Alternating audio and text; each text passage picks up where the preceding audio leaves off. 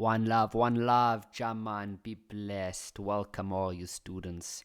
Guys, it's one of my first videos back in quite a while. I'm now living in an island, or on an island in Jamaica. Ja bless, Ja bless, Ja bless. No longer living in slavery in Babylon. And so I'm currently living in Jamaica. And one love, be blessed, be blessed. Okay, guys, I'm joking. Yo, what's up, guys? I haven't recorded a video in a while. I'm so excited. I'm not living in Jamaica, but super chuffed to be able to record another video for you guys. And so here we have the grade 12 paper written in November 2025, mathematics paper 1. Let's go. Okay, so these question papers always start off with these two types of questions, super straightforward. With this one over here, you don't have to go multiply the brackets together, because then you're just going to end up going in a circle. If you had to multiply those two brackets together, you would eventually end up with that, and then you would go factorize, and you would literally end up at exactly the same place again. Okay, so all we need to do is literally go straight from here, and we can say, therefore, x plus 5 must be 0, or x minus 2 must be 0, so therefore x must be negative 5, or x must be positive 2. Done. Now, when they give you a question like this, and they say correct to 2 decimals, well, that's telling you that you're going to use the quadratic formula. But you don't want to use the quadratic formula like this. You first want to make sure everything's on one side, like that. So all I did is I brought this negative 9x over there. Okay. Now remember, when it's written like this, the term in front of the x squared, that is going to be a. The term in front of the x, that is b, and the other term is c. And so to get the full marks for these types of questions, show how you substitute in. So it's going to be negative 9, because there's a negative there, and then b was 9. I don't use brackets when b is positive. It's not necessary, but if you did, it's absolutely fine. But it's definitely important to use brackets if b was a negative. But if you want to use it with a positive, it's fine. A bracket will never make it wrong. Okay, and then b once again is 9 squared, then a is 5, and c is 2, and then at the bottom here, a is 5. Okay, that's all that you need to show. You don't need to go show anything more than that. Now you can just go solve in your calculator. So just use a plus for the first one, and then use a negative for the second one, or the other way around, it doesn't really matter. Guys, did you know this is pretty cool, and it's kind of sort of a way how I also pick up tricks, but on my calculator, I literally just typed in 81 over there, because I literally knew that 9 squared is 81. I know, I'm pretty next level. Okay, so when you go solve this, you get negative 0.26 if you round off. Like a lot of you noobs, you would have said 9 to the power of 2. Like, come on, guys. You can do better than that. Just type in 81, because, come on, like, I know, I'm pretty up there. Hashtag, I know. Okay, so next, now I'm going to type in a negative. Wow, my jokes have definitely gotten worse. Okay, 2 times 5, and if you use a negative, it'll be negative 1.54 if you round to 2 decimal places. Here we have an inequality. Now, immediately, there are so many little areas where learners make mistakes. So this would be wrong if you had to do this. If you had to say, I can divide by x on both sides, and I just end up with 8x is bigger than 2. Completely wrong, okay? You can never divide a variable like that. You never want to get rid of a variable like that. So if you've watched my videos, then hopefully you remember when you have a situation like this, whether it's an inequality or whether it's an equal sign, you never just cancel stuff like that. What you rather do is you take everything to the one side, and then you factorize. Yes, exactly. So, okay, so let's ignore all of that now. So now we're going to say 8x squared minus 2x is bigger than 0. Some learners are like, Kev, when do we change the sign? You only change that sign when you are dividing or multiplying by a negative. By taking this 2x over, I see that it becomes negative, but we don't change the sign because we never multiplied or divided with a negative. We just took this over. Okay, now we can take out a common factor, and that would be, you could either take out x or 2x. It doesn't really matter. So I'm going to take out 2x, and you're going to end up with 4x minus 1 over here. Now, you are allowed to divide this 2 away, because I said over here, You're never allowed to divide with a variable, which is like the letter, like X and Y. But if it's just a number, you can if you want to, but you don't have to. So I'm going to, like that, because I know that if I divide this side by 2, these cancel, and if I divide this by 2, 0 divided by 2 is just 0. Okay? If you don't like what I did, let's actually just go back. I've got a feeling most students wouldn't want to divide by 2. Okay, so now what we need to do is we don't want to just say, this would be wrong. Don't do this. Don't say, 2x is bigger than 0 or 4x minus 1 is bigger than 0. You would only use that technique if this was an equal sign.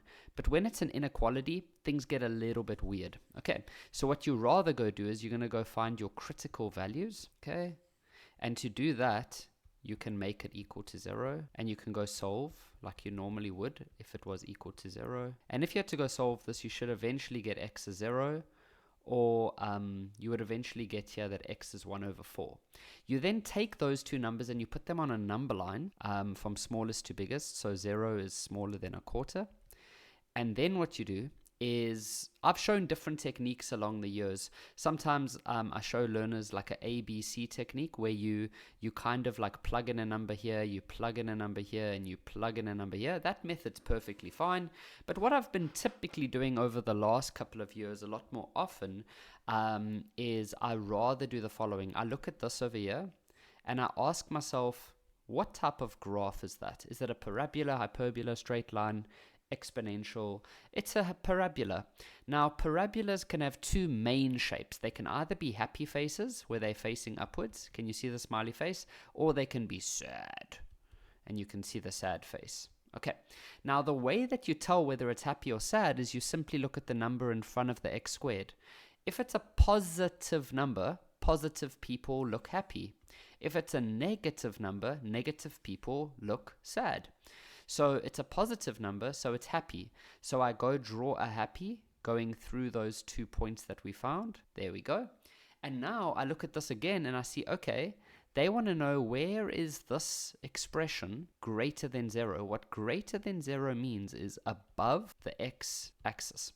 Now, your x-axis is that line over there. So where is the graph above the x-axis? Well, it's over here and it's over here. Okay, let me highlight that actually. So it's here and it's here. So you need to try explain where that is now. Well, if you then use this 1 over 4 and this 0, how could we use those numbers to try explain? Well, what we can say is that the graph becomes happy whenever you go to the right of 1 over 4 or whenever you go to the left of 0. So you could say that the graph is bigger than 0 whenever we are to the left of 0, that means x is smaller than 0, or whenever x is to the right, or x is bigger than 1 over 4. If you prefer interval notation, you could have said x is an element, and you could say that we are going from negative infinity up to 0, or we are going from a quarter up to infinity. So you can either give your answer like that, or you can, whoa, what happened there? Or you can give your answer like that. The first thing that I see when I look at this question is it's set up like a trinomial. Because we have learned from now, or like in the last couple of years or whatever, since we've been doing trinomials, that we typically get a situation like this when it's a trinomial. The only thing that actually makes it a trinomial is when this exponent is twice as large as this one over here. So even if I gave you x to the 6 minus 3x to the 3 minus 4, that would also be a perfect trinomial because this number is double that number. So here we have a 2x and here we have an x, so it's a trinomial. But now, we're not comfortable working with this, right? So what a lot of learners like to then do is we use a K method. So we could say, but you don't have to, but I'm going to use it. So we could say that let K equal. Now you always let K equal the smaller exponent, this one, not this one, the smaller one. Okay, and so we can do that. Then what you need to understand, oh, and by the way, this is not 2.2, hey? That's not the number 2.2 and that's not the number 9.2. It's 2 multiply and 9 multiply. But you cannot say that 2 times 2 is 4 and 9 times 2 is 18 because this is not 2 times 2. there's also this part we have to keep in mind and this part over here. So just leave it as it is. So now if k is that part, then what can we do with this? Well, can you agree with me that if I say 2 to the x to the power of 2, that gives me 2 to the 2x, yeah? Because I know that I'm allowed to multiply these. So if 2 to the 2x is the same as this, and I know that 2 to the x is k, then I can just make this k squared. So that means that this part is k squared, and this part is k, and now suddenly we're going to end up with 2k squared minus 9k plus 4 equals 0. And suddenly, this is something that we are very comfortable with. This is like a normal trinomial, and so now we can just carry on.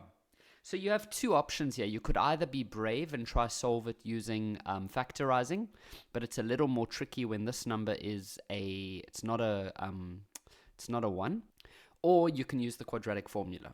Okay, I'm going to factorize it because I can kind of see it's going to work. But if you couldn't do it quickly in a test, then you could go and use the quadratic formula. That's also perfectly fine. Okay, and so I'm going to make this a negative, this a positive. If this part's confusing for you, just use the quadratic formula. But I know that if I had to multiply these two together, it'll give me 2k squared.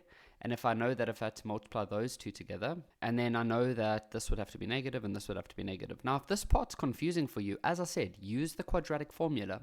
Now, if we had to go solve, we would eventually find out that k is a half or k is 4. But the question says solve for x. So all that we now do is we just come back to here. So we know that k, or let's just write that out, k is equal to that. I'm just going to write it the other way around. Okay, so I know that I could then go substitute my first value of k as a half. Now, if you're a grade 12 learner, you could use logs here if you want. But there's also a very basic grade 11 method. And all we can do here is we could literally just say that I know that this number here can be rewritten as 2 to the negative 1. Now, I know that if these bases are the same, I can ignore them. And then I simply end up with that. And then for my next one, I can just say k equals to 2 to the power of, sorry, I was getting myself muddled up there.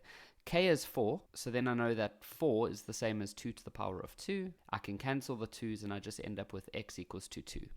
There's no need to check anything in this question because there's no square roots and there's no denominators with x's or variables. Okay, so both of these answers are valid, and so there we get our two answers. Now, when you look at a question like this, it looks pretty scary, right? So what I would do is I would square both sides immediately, because check what that does. If I square this side and I square this side, then I know that this square dissolves this square root. It doesn't touch the one on the inside. It only touches the most outside one, okay? And so you're going to now end up with 1 over x plus 2. And then on this side, it's like having 1 over square root x multiplied by 1 over square root x. That's just going to give you 1 over, and then this is just going to become x. And so there we have it. Now we have like a normal square root equation where this is how it normally looks. Normally they don't give us 2 square roots like that. So now it's easy. We should remember now that you want to get the square root by itself, and you want to take everything else to the other side, and then you square both sides. But now what some learners do is they do this. They square that and they square that. No.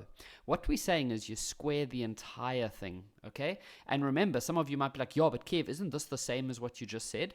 No, because when you have a square on 2 terms like this, you actually need to make double brackets and multiply out so that you don't forget the middle term. Okay, now this 2 is going to dissolve this square root now, so you just end up with 1 over x on the left. On the right, I'm going to make 2 brackets, okay? And so we end up with, now if you multiply 1 over x and 1 over x, it gives you 1 at the top and x squared at the bottom. Then we're going to multiply that. That's going to give you, now some learners get confused here. Remember, this is 2 over 1. And so is this, 2 over 1. So when you multiply these two together, you multiply top and bottom and bottom. So that's going to be top and top, which will give you 2, and bottom, which will give you x. And then we do the same for this part over here, which will give you negative 2 over x. and then it'll be plus 4. Now there's multiple different things you could do here depending on how you think about this, but I know that we're definitely going to need a common denominator, but I also know that these three can all be combined because they all have the same denominator. So I'm going to take these two to the left, and we're going to end up with 1 over x plus 2 over x plus 2 over x, and then on this side 1 over x squared plus 4 over 1. Now I know that I can plus these together because they all have the same denominator. So it's just going to become 5 over x. Okay, now we need a common denominator. That common denominator is simply going to be x squared. So lowest common denominator is going to be x squared. So that means I would need to multiply this one by x, and what you do to the bottom you do to the top. Here I don't need to do anything. Here I need to multiply by x squared. What you do to the bottom you do to the top. And so I end up getting 5x over x squared equals to 1 over x squared plus 4x squared over x squared. Now, when I'm busy with an equation, I know that when the denominators are equal, I can cancel them. And so I can now make this 5x equals to 1 plus 4x squared. And now we have a normal trinomial that we should all be super comfortable solving. Okay, so if I then take it up here, 5x equals to 1 plus 4x squared. Now I'm going to take everything to the right-hand side, and I should eventually end up with that after I've simplified. And I'm going to go use the quadratic formula over here. And so if we're to go plug this in, we should end up with, it says that there's a negative, so we put a negative. Now remember, this is your b value. So because it's a negative, I will use this, a bracket, and then it's a negative for the b value again. Now a is 4 and c is 1. And then at the bottom, I've got 2 times 4. That's all that they want to see in a test or exam. Now you can just go find the values. And so here we end up with x equals to 1 or x equals to a quarter. Now, what's important is that when you've got a square root in your equation, at the end when you get your answer, you always want to do a little check. And so the way that we can do that check is you literally just, this is an easy part. You just come back to this equation, and you're literally just going to start with your first one. So if x is our first answer, which is 1, then let's do our check. So we first plug it into the left-hand side of the equation. So you literally just go plug it in as it is. So you've got 1 over 1 plus 2.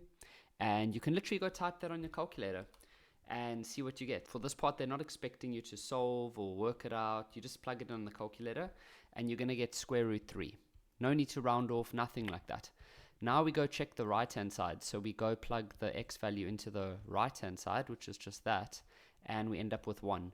So are these two equal to each other? No. So therefore, this doesn't actually work, and so we can actually put a line through that one. Now, if we go do a check on this one, so if x equals to a quarter, then the left-hand side, you're going to get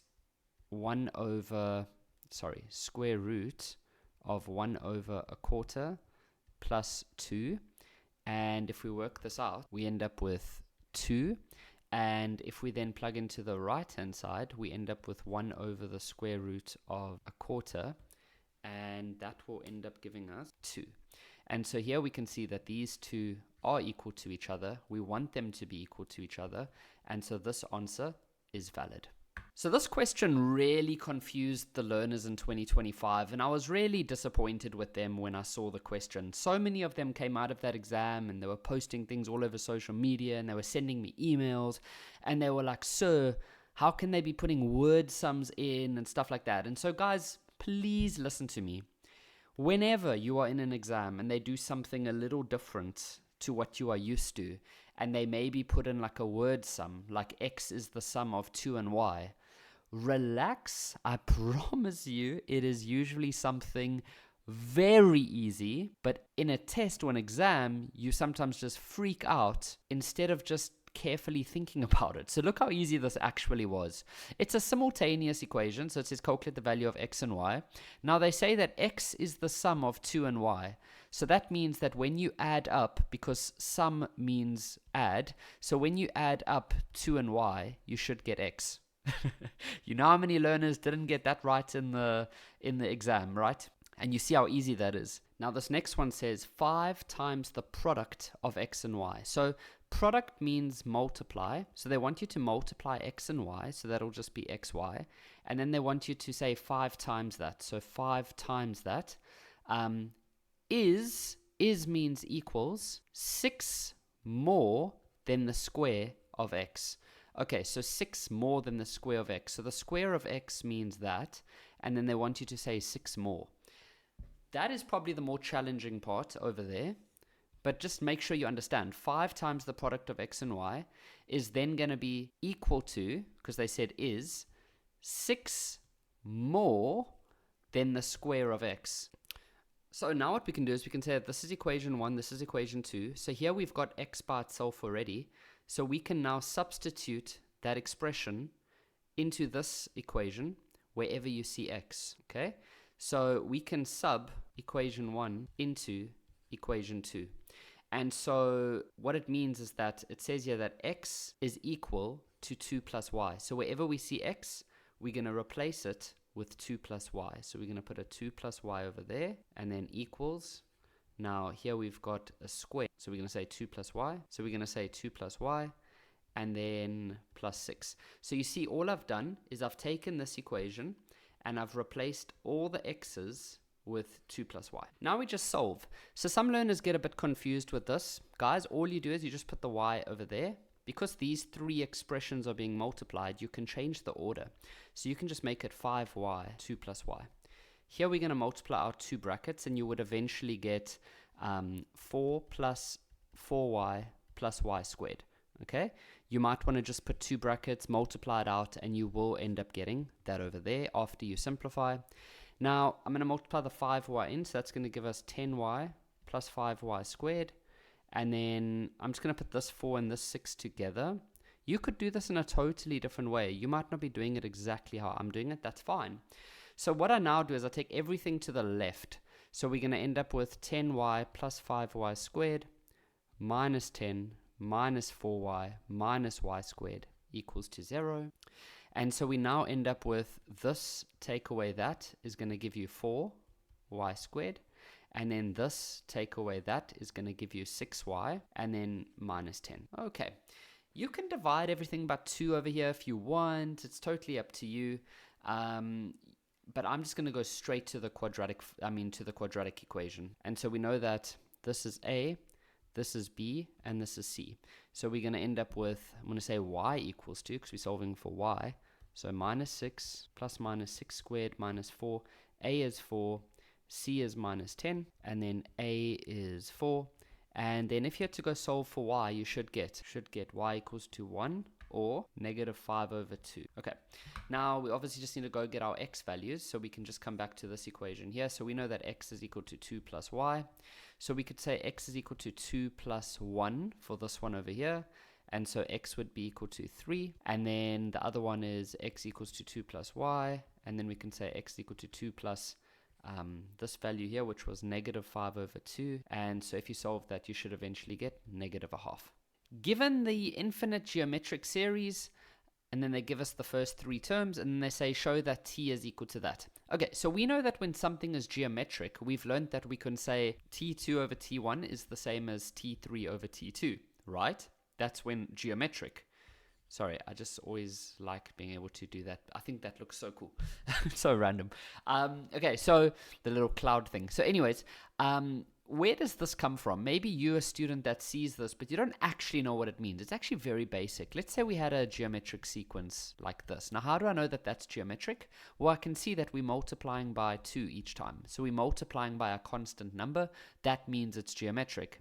Now, let's see if this is actually true.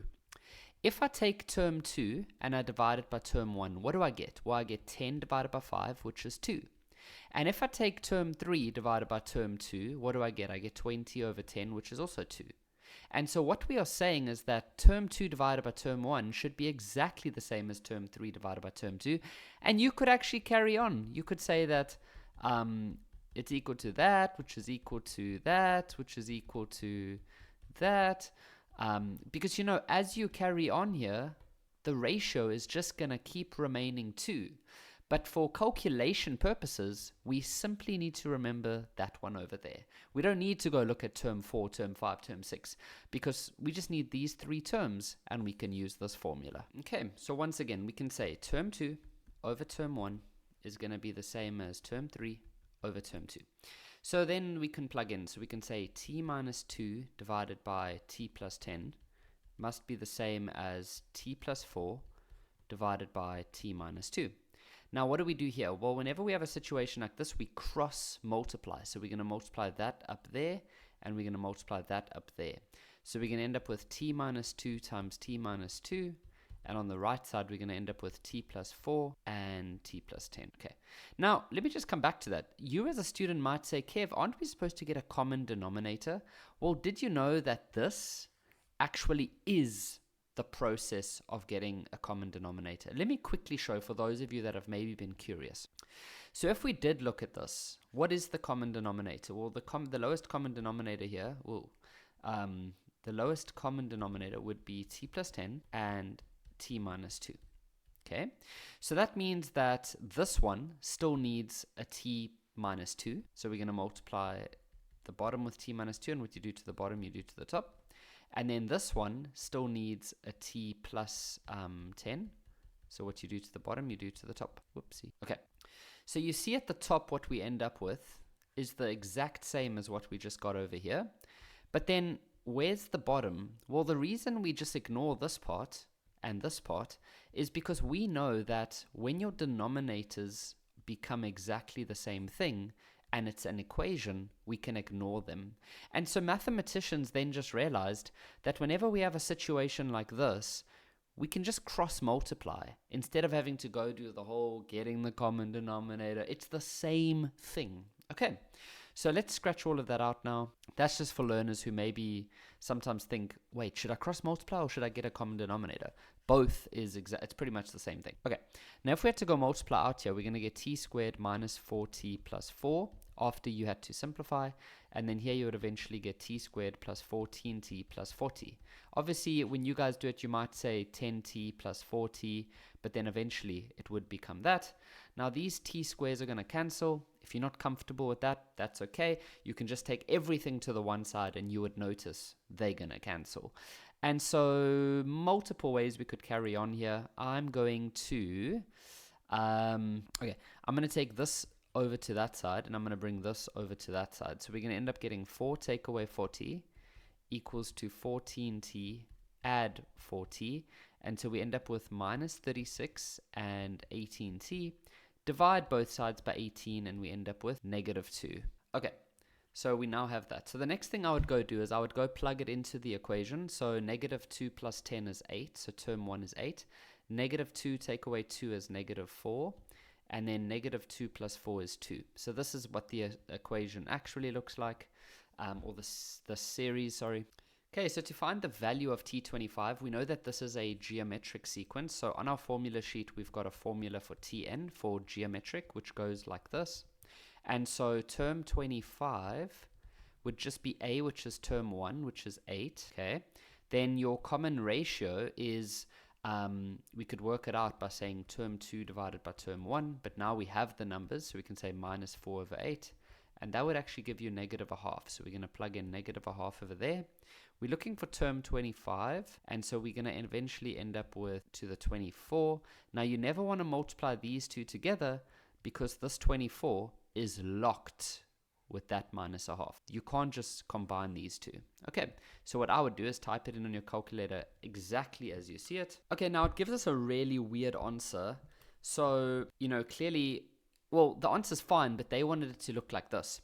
So that's fine. What we can do is, if you go write what this is, it gave us 1 over 2097,152. Now, what we can do is, let's just go break this up into its prime factors. So you can just type in 2097,152 on your calculator, press equals, press shift, and then find the fact button, and it's 2 to the 21. So this is the same as 1 over 2 to the 21. So all I did was I just took this number and I broke it up into its prime factors using the shift fact feature. And so I know that they want us to write the answer as a number to the power of something. So I know that this is the same as 2 to the negative 21, right? And so that is literally how we need to write it, because they wanted us to write it as a number to the power of something.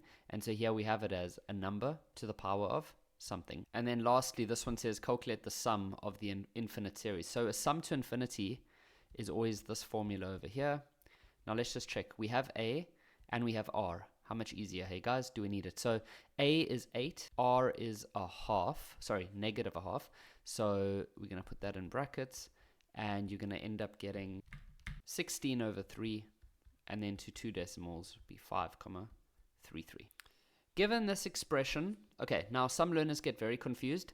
They think that to find the value of p, you can just make this equal. But what they're saying is that this entire expression is equal to that. So the sum of this expression, because remember this means sum of, so the sum of is equal to that. So the first question says write down the difference between term 6 and term 14.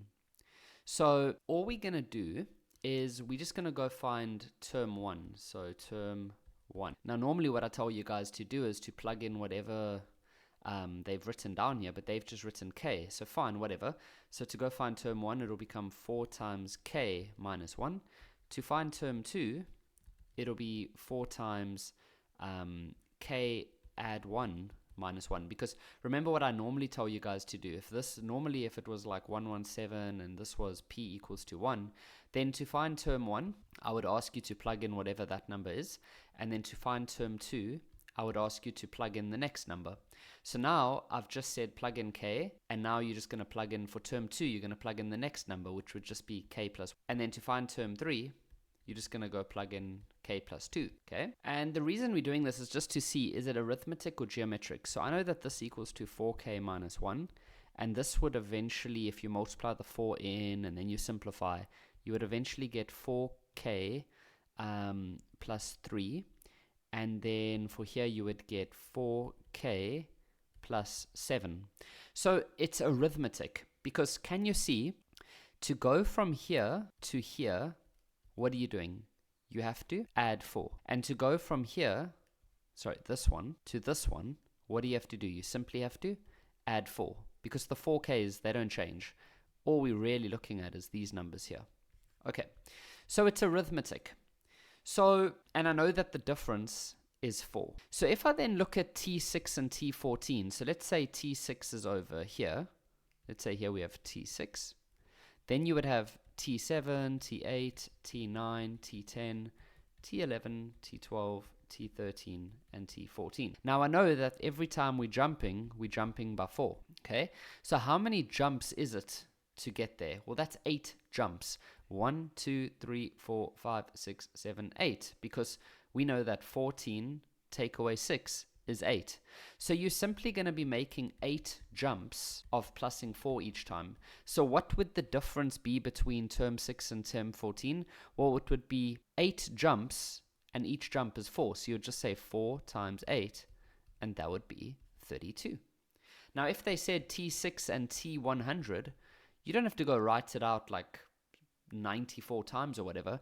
You can just say, okay, to go from term 6 to term 100, that's 94 jumps, and each jump is 4, so you could easily work it out. Now this question says calculate the value of k. So something you might initially have been tempted to do is to use the arithmetic thing which says that t2 minus t1 is equal to t3 minus t2. It's not wrong. There's nothing wrong with that. It's actually correct. But the problem is because these are all 4k's, you're just going to notice that the k's are just going to keep cancelling out the whole time. And it's for 5 marks, so it wouldn't be that straightforward. So what we can rather do is remember that they've given us the sum. Now we know that the sum formula for a arithmetic goes like this. So let's go fill in as much as we can. So we know what the sum value or the sum answer is already. It's 26675. The number of terms, now a lot of learners are going to get this wrong. They're just going to say 117. But what have I taught you guys? I've taught you guys that to find your number of terms, you always take the top minus the bottom, and then you should always add 1. So that's going to be your top number minus the bottom, which is k, and then you're going to add 1. And so that's going to be 118 minus k. And so that is what you are going to plug over here and over here. And so it's going to be 118 minus k over 2. And then 2 times a. A is term 1, which is 4k minus 1. Close the bracket. Now what is n? It's 118 minus k. And then it says minus 1. And then what is our common difference? 4. There we go. Okay. Now notice, I'm going to do it in a different bracket. We have a bracket. I'm in a different color. We've got a bracket. And then we've got an outer bracket. Okay. So let's do that. And then we've got this little inner bracket and this little inner bracket over here. So the first thing I'm going to do is take this 2 away and multiply it across over there. So 26675 is going to be 53350. Let's actually move down here. 53350. Then we've got 118 minus k, which I'm now going to put in a bracket because it no longer has this 2 over there. And then I'm going to leave the purple bracket for now. Okay. But I'm going to start neatening up or cleaning up the inside of that bracket. So I can multiply this into there. So that's going to become 8k take away 2. And then you see here we've got 118 minus 1, which is 117. So I'm going to say 117 minus k over there. Okay. And so that 4 can multiply into both of those. So 4 times 117 is 468, and then minus 4k. All right. Now I still want to neaten up this part a little bit more. So we're going to end up with, okay, so now we're going to say 8k minus 4k, which is 4k, and then minus 2 plus that is going to be 466. There we go. Now things are pretty straightforward. We can now go multiply those two brackets together. So that's going to give us 472k, and then we're going to multiply those two together. So that's where are we? 118 times 466, and that's 54988. And now okay, so we've multiplied that. Now we're going to multiply those two, so that's going to be negative 4k squared, and then negative 466k minus 466k. All right, I'm going to take everything to the right-hand side, so we're going to end up with minus 4k squared, and then these two, if you subtract them, that'll be 6k, and then I'm going to take this one, subtract that one, and that's going to give us 1638. I'm then going to go use the quadratic formula, and k should give us, or we should get, okay, that's very nice. When you're getting whole numbers like that, you can almost be guaranteed you are correct. Or k equals to negative 19.5. Okay, and then when you look at negative 19.5, that is not going to be a valid answer. The reason is that you always want these numbers, this one and this one. They don't have to always be positive, but they must be integers. Integers are numbers like minus 3, minus 2, 0, 1, 5, 10. So it's all the negatives and all the positive numbers, but they mustn't be like decimal numbers like that. It must be the whole numbers, but negatives are allowed as well. The depth of a torpedo below sea level forms a quadratic pattern where 0 meters is sea level. A submarine tracks a torpedo in 1 second intervals. Okay, so you can go spend a bit of time, you could read about all of this, you can look at the lovely pictures, but at the end of the day, all that we actually need to understand is that term 1 is 36, term 2 is 71, term 3 is 104. They tell us that it is quadratic, so we don't need to go and check. So all we do now is we just look at these differences. So if you go from here to here, that is a difference of 35. And if you go from here to here, that is a difference of 33. And then if you go from here to here, that is a difference of negative 2. Now, we don't need to check, is this part remaining constant, blah, blah, blah, blah, blah. We are told it is quadratic. So we can say, well, we can assume, or we know it is quadratic. So we can immediately go and do the whole 2a equals to that, but we don't need to do that just yet because that's only coming up in 3.2. Let's first do 3.1. Calculate the depth at the end of first 5 seconds for 2 marks. So we know that this was the 1 second, right? This was the second or 2 second, and this was 3 second. So it's actually just the same as term 1, term 2, term 3. So they're actually just asking us what is term 5. So because it's only for 2 marks, they don't expect you to go work out the formula and the equation, blah, blah, blah, blah, blah. They just want you to manually do it. So term 4 would be over here, and then term 5 is the one that we are really looking for. So all that we do is we remember that in a quadratic pattern, this second difference remains constant. So I know that to go from here to here, to go from, so I'm just trying to see how I want to write this. Okay, yeah. So we know that if you minus 2 over here, then this is going to become 31.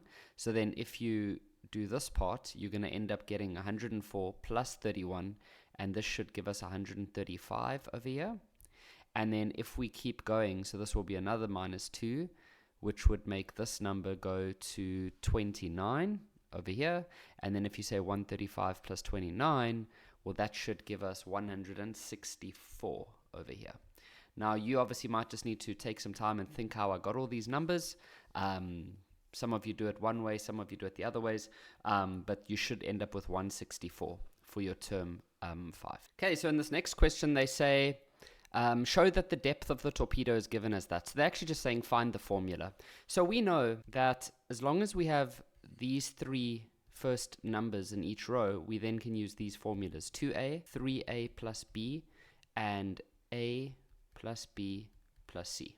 Okay, so what we typically do is we solve it from the bottom to the top. So we say 2a equals to, well, actually, let's go back to red. 2a equals to negative 2, so therefore a is minus 1. Then we go to the next level. 3a plus b is equal to 35.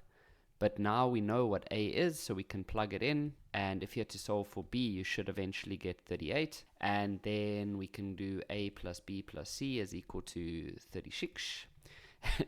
I don't know if you guys will remember that, but yeah, I'm giving away my age here. But a few years ago, well, probably a long time ago, I could probably even say more than a decade ago. Damn, son. There was the stupid tomato sauce or Kerrygold. I don't know what brand it was. I think it was Kerrygold or whatever. Kerrygold? No, Kerrygold's a type of butter. What's the famous tomato sauce? Oh, this is gonna irritate me. I'm quickly checking on my phone here quickly. Famous tomato sauce, South African brand. All Gold. Why am I saying? Oh, I said Kerrygold. Okay, it's not too bad.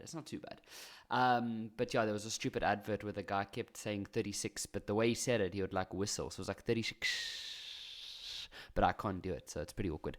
Okay, so a plus b plus c equals to 36. Guys, don't try that one if you're trying to impress a girl. Yeah, clearly it doesn't work. Okay, so a equals to minus 1, b equals to 38, and c equals to 36. And then if you had to go and solve for c, you should eventually get minus 1. So if we then had to go get the formula, we should eventually get that I should have reminded you guys, when it's a quadratic pattern, the overall general formula goes like this, okay? And so we went and found a, b, and c. So we found a as minus 1, so we can just say negative n squared. You can put the 1 there if you want to, if you're a noob, but remember that there is a 1 there, but you don't physically have to go and write it. But if you do, you can. And you're not a noob, I was just joking. Plus 38n, and then c we got as minus 1. Okay, so we got the formula. This next one says, calculate the maximum depth that the torpedo reached. Right, so I'm going to give 2 different quick solutions here, or suggestions based on whether you're a grade 12 or a grade 11. If you are a grade 11 and a grade 12, actually, I prefer this whether you're a grade... So if you're a grade 12 learner, I think you should use this method as well. Grade 11 and grade 12, you can both use this. We know that to find a maximum... okay, so let me explain. We know that this is quadratic. But did you know that quadratic also, it's a parabola? You can see it looks like the format of ax squared plus bx plus c. So it's a quadratic. Now, or a parabola. Now, parabolas can either be sad or they can be happy shaped. Okay? Now, this one's sad because it's got a negative. So if it's got a negative, yeah, then it means it's sad. That's what I was trying to say. So it's got this type of shape. So can you see that it has got a maximum, and the maximum is here at the turning point? So how do you find the turning point of a parabola? Well, we normally use x equals minus b over 2a. And so we can do the same thing. Here we've got our b value, and here we've got our a value. So we can just, and that just gives you the x value. It doesn't give you the y value, which is what we actually want. So let's go work out the x so long. So that's going to be negative b, which is negative 38, over 2 times a, which is negative 1. And if you had to go solve this, you're going to get 19. That's not the answer. That's just telling you the x value. So that's just telling you these ones. So they're telling you that it's at term or position number 19, or 19 seconds, if you want to think of it like that. So then how would you actually find the actual depth? Well, you just go plug it into here. So you're just going to go find out what is T19. And so you're going to substitute 19 in. Please don't put this negative inside the bracket. The negative is by itself, and then the n is what goes in a bracket. And then plus 38 times 19 minus 1. Go ahead and put this in the calculator. I'm so excited, guys. I got a new calculator today. I've been using this one for quite a while. Not too long, probably like 2 years, but I dropped it a few times and the screen was all weird. But now this one's nice and new. It's actually it's the normal Casios that all students buy, and I've also always had a Casio. But I've recently noticed that they've now upgraded their Casio. So I always had like the FX82ZA Plus. Now it's the FX82ZA Plus 2. I don't know if you guys have seen it, but yeah, I was quite excited to I mean, it's a Saturday night right now. You won't believe me, but what's the time right now? It's 9:30 on a Saturday night. I've got a couple of friends who have been begging me to go out tonight, but I went out on Thursday and Wednesday, so I need to chill. And I was also excited to stay in and play with my new calculator. So don't judge. Okay, so 360 meters. So that is the answer. So that is the maximum depth that the torpedo reached. Right. Now, if you're also a grade 12 learner and you rather want to be fancy and you want to use calculus, well, that's also fine. We know that to find maximums, if you're a grade 11, by the way, you can move on to 3.4. I'm going to quickly talk to the grade 12s who want to use calculus. We know that, and by the way, if you're grade 12 right now feeling pretty cool that I'm addressing you like, hey, bro, if you're in grade 12 and you want to use calculus, listen, buddy, just chill. Last year you were also in grade 11. You're not an Einstein or Isaac Newton now, okay? Just take it easy, buddy. Just relax, okay? Don't be feeling too cool right now. But if you are a little bit, that's okay. That's cool. We all feel cool sometimes. Like, hey, bro, I'm doing calculus. What? I'm in matric. What? Okay, I'm talking a lot of nonsense. Okay, so what was I going to say? Oh, calculus. So to find a maximum or minimum in calculus, what do? Say it with me. We take the first derivative and we make it equal to 0. That is how you find maximums and minimums in calculus. So you would take the first derivative of this. So you would end up getting, you could even write it as tn with a little line. You would get negative 2n plus 38. But then we said whenever you want to find a minimum or a maximum, you make that equal to 0. If you then had to go and solve for n, you would end up getting 19.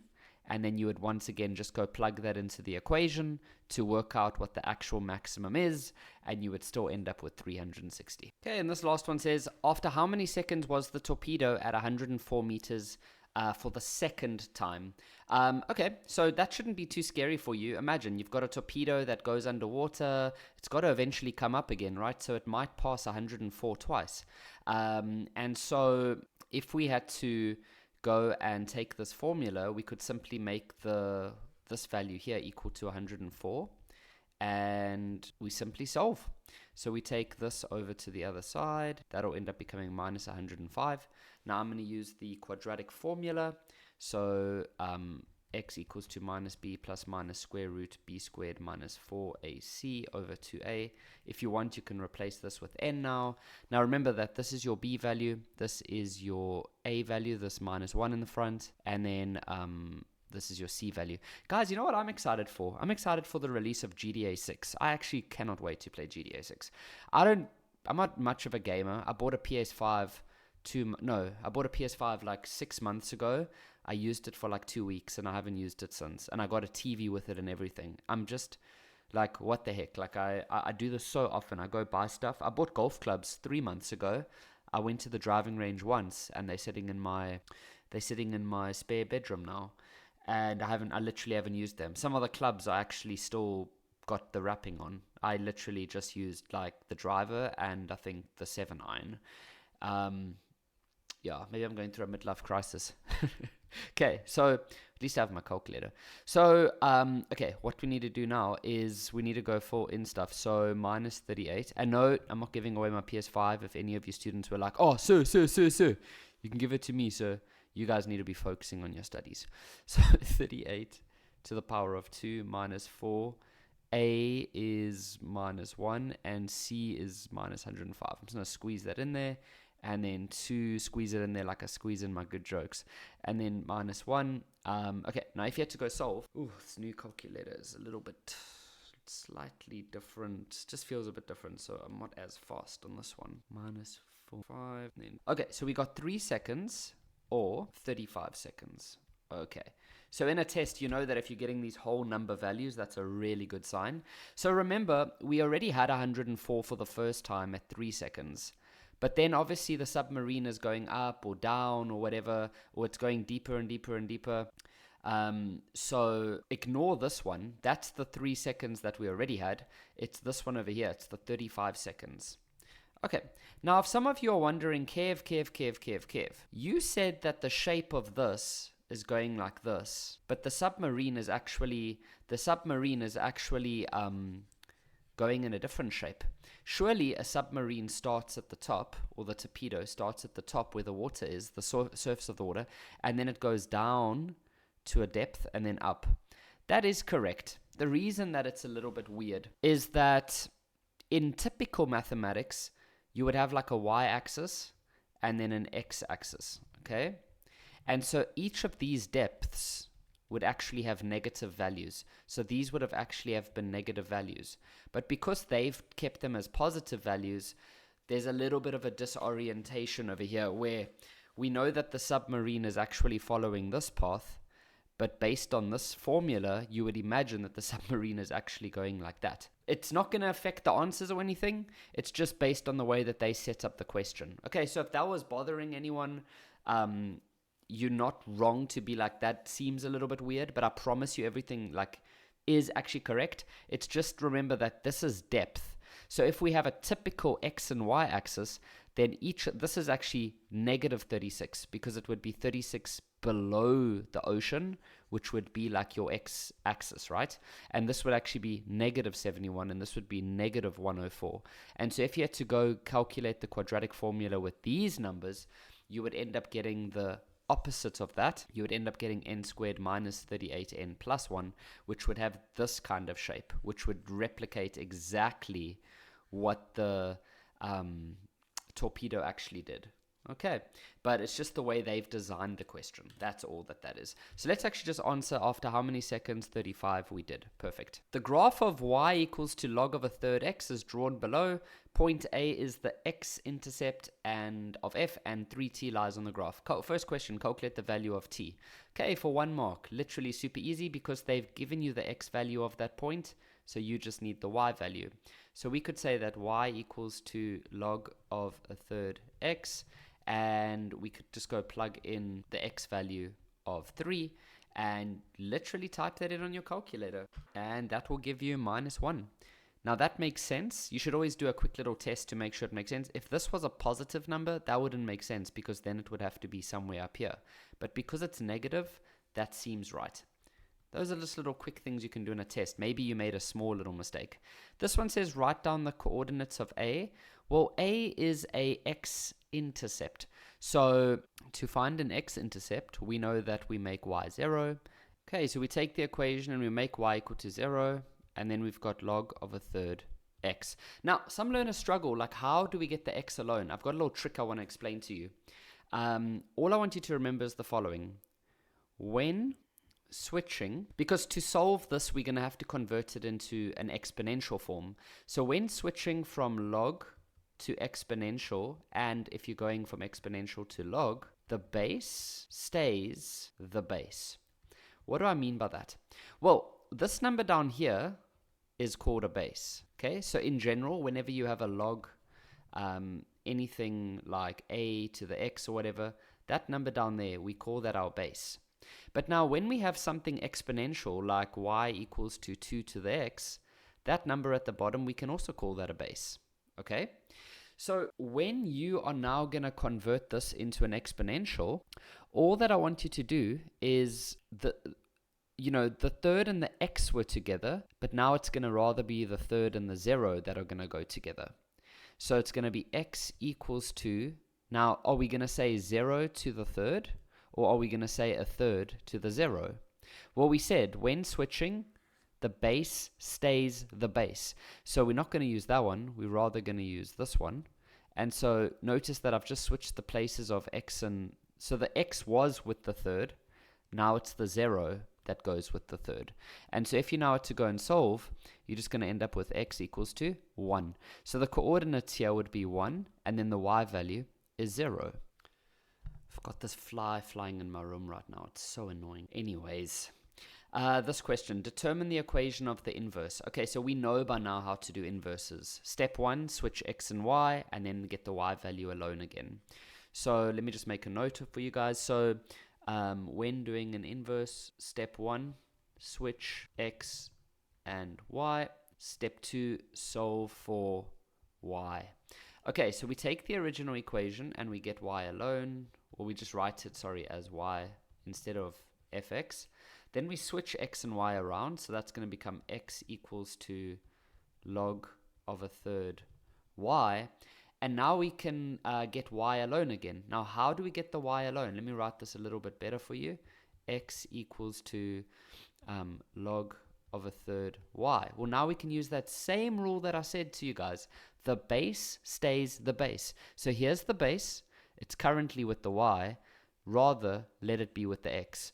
And so we're just going to say a third to the x, and then we're just going to say y equals. So notice that when it is a log equation, it ends up becoming an exponential. And if you ever wanted to convert this to a log, well, then just remember that the base stays the base, and then you would get a third, which was with the x, but then you would rather write it with the y, and then you would just put a log in front of that, and then you would just have an x over there. So then you would just go back to the other one. So switching between logs and exponentials is super easy, as long as you just remember the base stays the base. Okay, so the final answer is a third to the x. So just remember, when you go from log and you take its inverse, it'll always become an exponential. And when you take an exponential and you take its inverse, you'll always go back to a log. They are inverses of each other. Now this one says, write down the equation of the asymptote of the inverse. Well, that's very easy. We don't even need to look at that. You can if you want to. But what I would say is, just look at this graph over here. Where do you see its asymptote? Well, you might not see it, but remember that you can see this graph is going tightly up against the y-axis like that. So that would imply that the asymptote is the y-axis. Okay?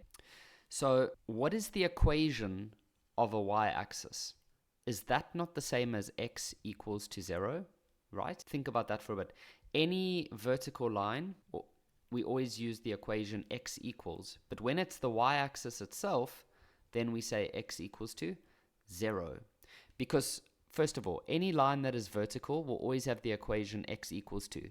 Then what you do is you just see what is the x value that it's going through the x-axis at. X equals to 0. If it was like over here, at like -1, then you would say x equals to -1. And that would be the equation of this line.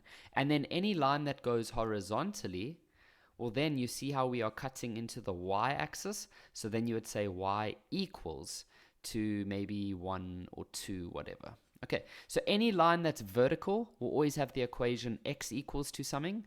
Any line that's horizontal will always have the equation y equals to something. So we haven't answered the question. They said, what is the asymptote of the inverse? What we've found over here is the asymptote of the original. But we know that when you have inverses, what do we do with x and y? You switch them. So what will this become? It'll simply become y equals to 0. There we go. Now, this question over here says, draw the graph of the inverse on the same set of axes, clearly indicate the intercepts with the axes, the coordinates of one of the points, and the asymptote. Oh, I'm yawning, sorry.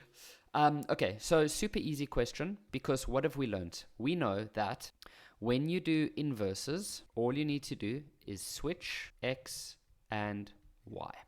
So we have enough points on this graph. We know that this is 1 and 0.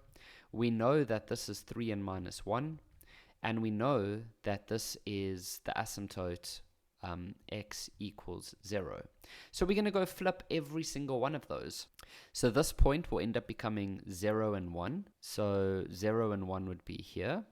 This point would become minus 1 and 3. So minus 1 and 3, which would be like here. And then this point, this asymptote x equals to 0, will now become y equals to 0, which is like that. And so now you can draw this exponential, and it would do something like that. Never crosses the asymptote, so we get it nice and close, and there we go. Okay, now this last one says that the graph of h, okay, I'm a bit scared to read this question. Let me first clean up the page. Alrighty, the graph of h is obtained when the inverse graph is translated 5 units to the right, okay? So they're going to take this graph, and they're going to move it 5 units to the right, okay? Determine the y values of h where x is greater than 4. Okay, I'll show you guys a pretty straightforward way to do this one. So we know that they're going to take this graph and they're going to move it 5 units to the right. Now that means this point over here, where would that point end up become? What would its coordinates become? Well, that point over there would end up becoming 4, and then the y value would be 3, because you're adding 5 to that number there, because they're moving it 5 units to the right, and then so that point's going to end up being over there, and then the graph will just maintain its same shape, right, like that. The asymptote will still be this horizontal line. Everything will just slide along. This point will now go, sorry, that 1 0 is not on this graph. This over here would move, but we don't really need to know where that's going to go. But if you really want to know, it's going to end up going 5 units to the right, so it's going to end up being here at 5 and 1. But we don't need that, because the question then says, determine the y values of that graph when x is bigger than 4. So if we go to the x value of 4, and they want to know when x is bigger than 4. So let's just almost draw a line over here, just to say that's where they want to see if you go bigger than 4. So if you look on the right hand side, what are the y values doing for this graph of h, which is now the purple one? Well, all that we can see is that the y values are going to be over here. So we can see that they're going to be trapped in between this point's y value, which is 3, and then the asymptote, which is on the x-axis. So the y values of this purple part are going to be trapped somewhere in between the y value of 3 and the y value of the x-axis, which means the y value is 0. So we can just say that the y values are going to be between, so we always go from smallest to biggest, so it's going to go from 0. It never touches 0 because it never touches an asymptote. And it also, we won't include 3 because they told us from 4, but not including 4. So they mean just after the 4. And then if you rather want to use like a set builder notation, you could say that the y value must be bigger than 0, smaller than 3. Now, the first question, actually I wanted to split these questions up onto different pages to make it a little bit more spread out. Okay, let's do that. Okay, so the first question says, write down the domain of G. Now remember, when you talk about domain, we are talking about the x values. So the way that it works is, what I want you to try and do is, I want you to try go all the way, for the graph of G, I want you to try go all the way from the left and try see if you can draw, or try see if you can go all the way to the right by using the graph of G, and try see if you can go all the way from the left to all the way to the right without lifting up your pen. So let's see if it would work. So we start here on the left and we follow. Isn't there a song that goes like that? Follow this year devil na na na na na na na follow. I know it's something, definitely. So okay, so you're gonna go like this over here, and then suddenly we realize we can't go to the sides. We start going up, and the reason that we can't go all the way is because we've hit an asymptote. We can never go over an asymptote. So what happens is that you're not going to be able to go all the way from here to here without picking up your pen. So you're going to have to pick up your pen and then carry on over here. And then you carry on like that. So we can, and then obviously this can go all the way to the left and this can go all the way to the right. So it looks like the graph can have almost any x value, but it cannot have the x value of this line over here. So we need to know what that x value is of that line. But that's very easy to do, because if you look at this equation and you look at this part over here, what that tells you is that the graph has moved 3 places to the right from the origin. So that means that this has moved 3 places. So this x value here is 3. So this vertical line is going to have the equation x equals 3. So what we can then say for the domain is that we can then say that x is going to be, there's different ways we can do it. I'll show you the different ways. We can say x can be any real number. So that means x can be anything except x cannot be 3. So that's probably the easiest way to write it. But some learners would maybe prefer to do something like this. You would say, you could say something like x is an element that goes all the way from minus infinity up to 3, and then it goes from 3 to infinity. So what that means is that you're going all the way from negative infinity, which is over here, all the way to the number 3, which is this line over here, and then we jump over that line, and then we go from 3 to infinity. So you see how we don't include the 3's because we don't ever touch that point. And then I guess you could also say, sorry, there is one other one. You could say x can be any number smaller than 3, so that'll take care of all of this. And then you could say, or x can be any number bigger than 3. But notice that we don't include the 3 because 3 is not included. Sorry, that was silly what I just said. I just said don't include the 3 because 3 is not included. What I meant to say was we don't include the 3 because 3, the graph never actually touches the 3. Okay, so we've done this one over here. Wow, only for 1 mark. All of that talking and I only get 1 mark. My word. Okay, so 5.2. Write down the range, but now they're talking about the range of f. So with range, we need to obviously look at the y values, okay? And now they're talking about the graph of f.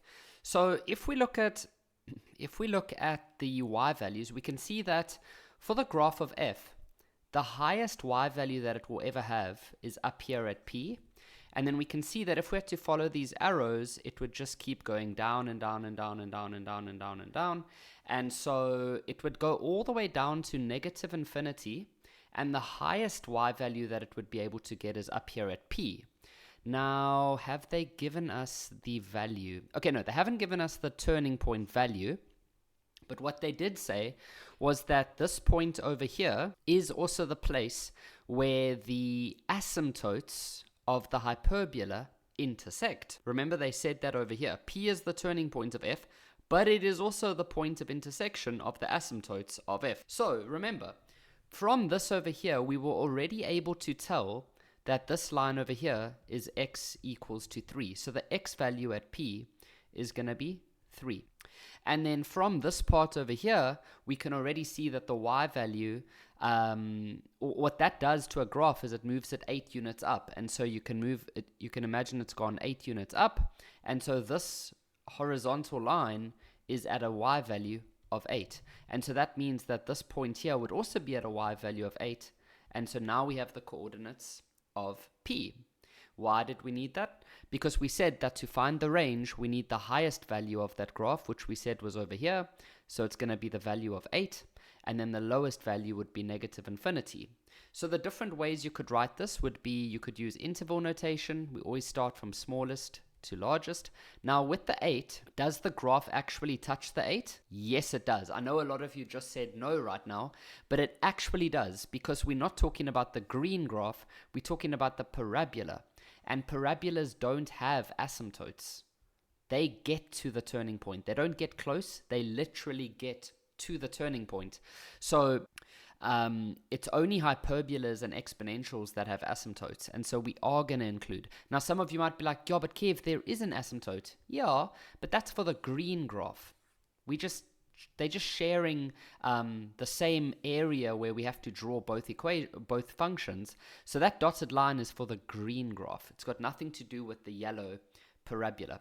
Now there's another way you could write this. You could have also said that y must be any number that is smaller than or equal to 8. So that means that y can be anything smaller than 8 or equal to 8. Okay, so that is what you could say for 5.2. All of that talking for 1 mark again. Okay, now we're going to move on. So this question over here says, determine the values of x for which g of x is smaller than f of x. So what does that even mean? Well, when we say g of x smaller than or equal to f of x, what we are saying is that g of x must be below f of x. So if you just look at this, where do you see the green below the yellow? Well, that's literally only over here. Everywhere else, the yellow is on top. So, for example, over here, in that portion over there, which is on top? The green. In this area over here, who's on top? Well, the green doesn't really, the green is still over here. So in that portion over there, we can still say that the green is on top, okay? But when we get to, and then if we look in this area over here, who's on top there? Well, there the green is on top. But if you look at this little window over here, up to, well, let's go up to there. Come on, that's so skewed. So who's on top there? Well, now we can see that yellow is on top for that little window. So in that little window, yellow is on top. So we can say that, now how do we actually tell them that? Do you actually say here, in window number 3? No, you can't do that. So what do? Well, we know that it's in this little section over here where the yellow is on top or the green is below. And so we can say that it's from the x value of whatever the x value at P is up to this part here where the two graphs intersect. Because after that, we will see that suddenly the green one goes on top of the yellow one. So we just want to work in this little window over here. Okay, so when we give this answer now, we're going to say that x can be any number that is bigger than 3. But where did I get the 3 from? Remember, we worked out the coordinates of this point over here earlier, and we got that as 3 and 8. So x must be bigger than 3. We cannot include the 3 because that is an asymptote. So the green graph is never allowed to actually touch the 3. So we won't include that.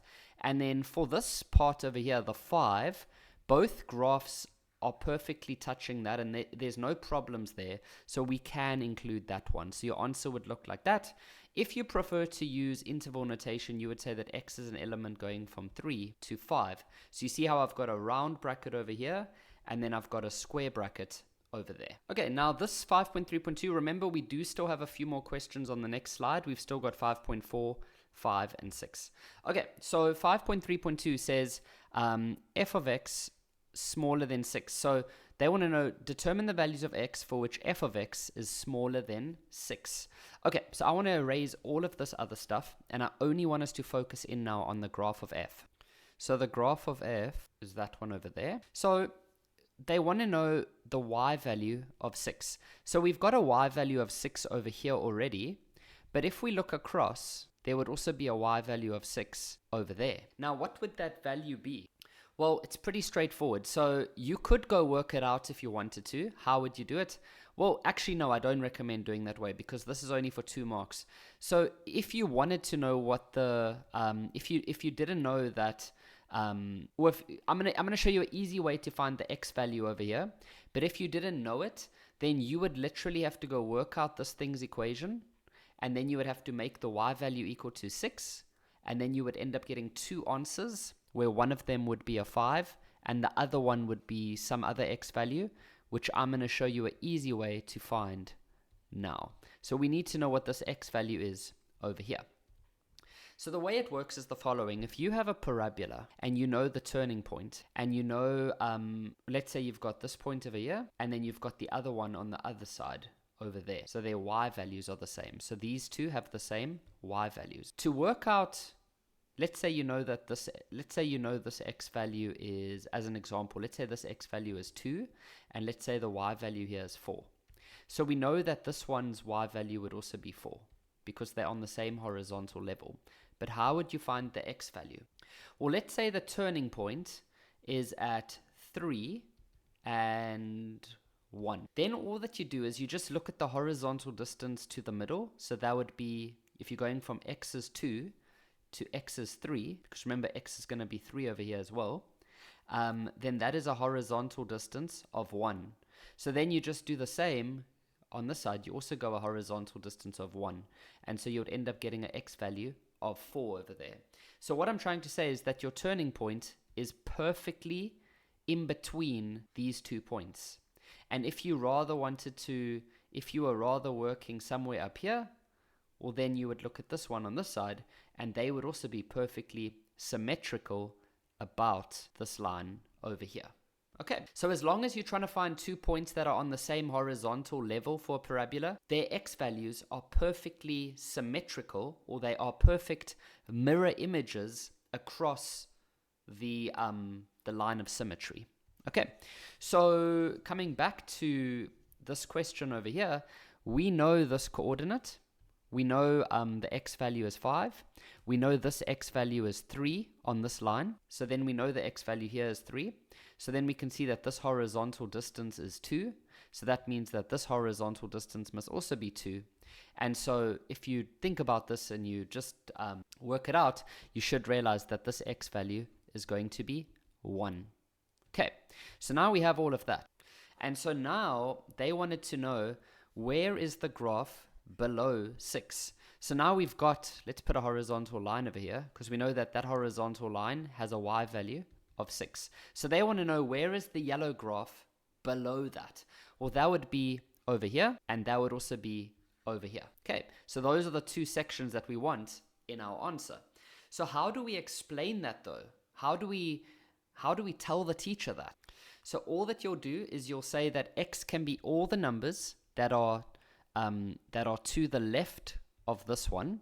So you could say x must be all the numbers that are smaller than 1, or it must be all the numbers on the right of this one, and so you could say x must be bigger than 5. If you rather prefer using interval notation, you could say that x is an element going from minus infinity up to 1. We're not going to include it because they haven't included it. Or you can go all the way from 5 up to infinity. Okay, now so for this question they want us to now find the equation of the parabola. So remember that this is 3 and 8. And then, okay, so there are 2 ways to find the equation of a parabola. The first one uses the x-intercepts. You might have seen something like this before. And then the second one uses the turning point, which goes like this and like that. So you got to ask yourself, what have we been given for this parabola? Have we been given the x-intercepts? No, we haven't. Have we been given the turning point? Yes, we have. So we won't use this one. We must rather use this one. Okay, now we know that the turning point is 3 and 8. So you need to understand that the way that you would write it in the equation must go like that. If you have a plus here, that would be wrong. And if you have a minus here, that would be wrong. Okay, so you want it like that. Now the only other letter that we need to go and find now is A. So whenever you only have one more letter that you need to find, then to find that remaining letter you substitute a point. But you must use a point that you haven't used before. So what point have we not used yet? Well, we haven't used the 5 and the 6. Now some of you might be like, Kev, we have used that. We used it in the previous question. But guys, what I mean is we mustn't use a point that we've already used in this part of a year.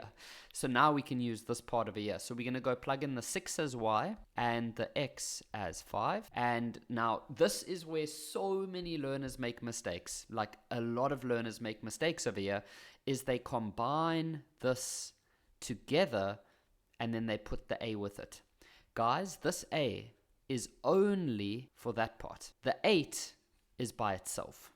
Okay, so if we had to now go and solve, what we can do is take the 8 over to the left. And so we end up getting 6 minus 8. So that's going to be negative 2. And then this I would just type on the calculator, or you can work it out. And so you should end up with a 4. Now here's another area where learners make mistake. They're like, okay, to get the a by itself, I'm going to divide. And then they automatically say, oh, 4 divided by 2 is 2. But guys, this is not 4 divided by 2. This is going to be negative 2 divided by 4. Some of you are like, but Kev, what's the difference? And then I'm like, bro, are you sure you just asked me that? And so if you had to then go simplify this now, you should end up getting negative a half. Okay, now some of you are like, Kev, but my guy, how do I now get to that? Well, all you do now is you go put that a value over here. So you say y equals to negative a half, x minus 3 squared plus 8. Now here's some areas where learners make a lot of mistakes again. So they get very confused with how do we handle this negative half combined with that. Do we put the negative half in, or do we just put the 2 by the square and the 3? How do we do it? What you do is the following. So you leave the negative a half alone. You make double brackets. Okay. And then what you do is, what I like to do is I like to then go multiply these 2 brackets together. Okay. So we're going to go multiply these 2 brackets together, and we're going to end up getting, so you're going to get x squared minus 6x plus 9. Of course, you might want to do that a bit slower. You want to go x times x, and then x times 3 plus 9, and then you're going to combine the 2 middle terms, and you would eventually get that over there. Okay. Now in the next step, you can take the minus half, and you can now go distribute it to those 3 places over there. So that would give y equals to negative a half x squared, and then negative a half times negative 6 gives you plus 3x, and then negative a half times positive 9 would give you negative 9 over 2, and then plus 8. Now these two can be combined because they are like terms. So just type it exactly like that on the calculator, and you should eventually end up with 7 over 2. And that, my dear friends, is how they ended up with that over there. 3 marks only. Why does it feel like I'm taking so much longer? Maybe it's just the explanations. Okay, so for 6 marks, this one says calculate the length of MT. Okay, the length of MT. Well, to do that, it's actually very straightforward. I think it's just going to be it's just going to be a couple of steps we have to do, but it's very easy. It's actually extremely easy. So M is the x-intercept of this equation. So we know how to find x-intercepts. T is just the x-intercept of this equation, which we already have. So if we can go get the 2 x-intercepts over there and there, then it's easy to find that distance. And so that's what we'll do. So we'll start off with trying to find m. So we will take f's equation, which was, now that's really nice because let's say you couldn't do this question. You could now carry on with 5.5 because you have it there, and they will still mark you for this question over here. Okay, so even though you maybe didn't know how to do this one, let's say, it doesn't mean you don't have to do the rest of the exam questions. Okay, plus 7 over 2. Now to find x-intercepts, we make y equal to 0. I just realized, oh no, never mind. I thought we could take this value and then somehow use that symmetry property that I told you, but we don't. We would have had to have at least had one of them. So maybe if we had this one, then we could use symmetry to help us find this one over here. But we don't have any of that. Okay, so forget that I even spoke, okay? Sorry. And then, right, so we know that we make y equal to 0. Now, first things first, I don't like those fractions, and I'm sure you don't either. So one thing we can do to get rid of that is we can multiply everything by, we can get a common denominator. So we can go and multiply this one over here by 2. There are other ways of doing this. You might have decided to do something else, but I'm going to multiply this by 2, and what I do to the bottom, I have to do to the top. And so I then end up getting 0 equals to minus 1 over 2x squared plus 6, because that becomes 6x over 2 plus 7 over 2. Now, when you are busy with an equation and your denominators are the same, we can cancel them. And so we can just ignore them. And so what we now actually have is 0 equals to negative x squared. You can put the 1 there if you want, but you don't have to. Plus 6x plus 7. Okay, now there's multiple ways to solve this. You could use the quadratic formula. You could factorize. But I don't know about you, but I don't like to factorize when this number is negative. So I will fix that by just taking everything to the other side. Yes, for those of you that are a little bit more advanced, there are faster ways of doing that. You can literally just change the signs immediately if you wanted to, but that does confuse some learners, so I'm just doing it very step by step. Okay, now you can go factorize, or if you want, you can use the quadratic formula, But what you should eventually, if you factorize, you should eventually end up with that over there. And then you should end up with x equals to 7 or x equals to minus 1. Now, when you're in an exam, I want you to do a quick little safety check and make sure, does that make sense? So they're telling us that we've got an x value of minus 1. So that makes sense because we do have one negative x value because this would be negative. And we do have a positive x value because this would be positive. Another thing I notice is that this distance is very short. It's probably only 1 unit, whereas this is a much longer distance. Maybe that's the 7 units. And so everything's making sense. If, for example, these were switched around, then maybe you've made a little sign error somewhere along the line. Okay, so m is going to be negative 1 and 0, and then this one would obviously be 7 and 0. Okay, now we need to go and find this coordinate over here. And so to find that coordinate, we would take this equation now. So I'm going to say g of x equals to minus 4 over x take away 3 plus 8. And then we would make y equal to 0 once again. Okay, now how to solve this? Because some learners get a little confused. So what you can do, you could go get a common denominator. But what I've noticed is a little bit easier for learners to understand is just take one of these terms to the other side. So I'm going to take this one so that I can have it as positive, and then on the other side I just have 8. You can think of it as 8 over 1. Now in mathematics, whenever you have a situation like this where you've got a fraction equal to a fraction, what is a really nice thing to do right now? We can do cross multiplication. Whenever you have a fraction equal to a fraction, cross multiplication works really nicely. And so you can just multiply this 1 over there, and you can multiply this x minus 3 up at the top. And so that should then give you 4 multiplied by 1 equals to 8 bracket x minus 3. And then you can just say 4 equals to 8x minus 24. And then if you take the 24 over, get that. And then if you divide both sides by 8, you should end up with, what's that going to be? 14, I think 7 over 2. Yeah, wait, 7, 14, 2, 19, 8. Yeah, 7 over 2. And so now we know that the coordinate of t is 7 over 2 and 0. 7 over 2 is the same as like 3.5. So now imagine this, guys. Imagine we know now that we don't have to imagine, we can actually do it. I can actually just tell you. So that length there is 3.5. And that length there is 1. Some of you are like, Kev, it's negative 1. You can't have a negative length. I know that m's coordinate is negative 1, but what is the length there? That is just 1. And what is the length over there? 3.5. So you can literally just add those two numbers together and you would get 4.5. Very easy question. Yes, there were a few areas where the mathematics can get a little bit weird and it starts testing you on your like earlier grade on how to manipulate the algebra, but the concept is pretty straightforward. Okay, this last one says, determine the equation of the tangent to f at D. So where's D? D is here.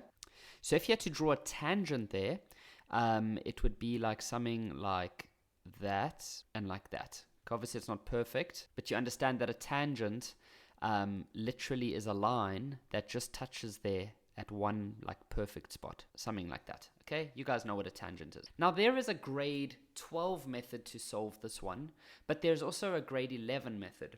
So I'm obviously going to show both. I'll start with the grade 11 method, and if you're a grade 12 learner, you can also use this method. It's very powerful, and if you understand it, it's really good. Okay, so thinking about it now, the grade 11 method actually doesn't work in this scenario because normally when we use the grade 11 method for these questions, they would say something like determine k such that y equals to 2, or let's say y equals to negative 2x plus k is a tangent to f of x, something like that, right?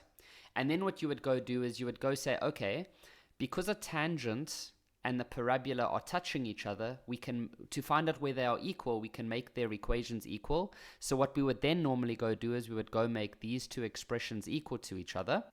This is just an example, hey? This is just an example. And you would say something like negative a half x squared plus 3x plus 7 over 2, and you would make it equal to minus 2x plus k. But then, they wouldn't normally have given you anything over there. And then what you would go do is you would go take everything to the one side, and you would end up getting some equation. Maybe, just an example, this is just an example, but maybe you'd get something like that and like that. Then what you would go do is you would then go to the nature of roots, and you would then ask yourself the following. This is how the grade 11 method works. You would then say, how many places do I want this line and this parabola to touch? Do I want them to touch 0 times? No, then it can't be a tangent. Do I want them to touch twice? No, then it's not a tangent, because then it's going through at 2 different places. So for it to be a tangent, you only want it to touch at one exact place. Okay? So when you then go and solve this equation, how many answers do you want to get? Do you want to get 1, 2, or 0 answers? You would want to get one answer, right? You would want to get an answer that goes something like x equals to 3 or x equals to 3, because then they are equal, because then it means that, it's one place. So how in nature of roots do we get things that are equal? Well, it's when you make the discriminant equal to 0. So you would then go make the discriminant over here, where this would then have been your a value, this would have been your b value, and this would have been your c value. You would have plugged it into here, and your only unknown would have been the value of k, and then you would have gone and solved for the value of k. That is the way they typically ask these questions. But in the way that they've done it now, that method doesn't work. Okay. So, because now you can't really, how we started by making the two equations equal? You can't make them equal if they haven't given us anything about the tangent. They haven't told us anything about this line. Nothing at all. We don't know its gradients, so there's too many unknowns. Okay, so what we then do is, I probably should have said this earlier, grade 11s don't hate me, but this isn't a grade 11 question. You can only solve this one using calculus. Okay, so only calculus would work here. So grade 12s, listen up. We know that when you have a graph and you have a tangent, we know that at the place where they are in contact, what's our golden thing that we know, guys? We know that the gradient of the tangent, so m for gradient of tangent, equals to the gradient of the parabola at that particular point.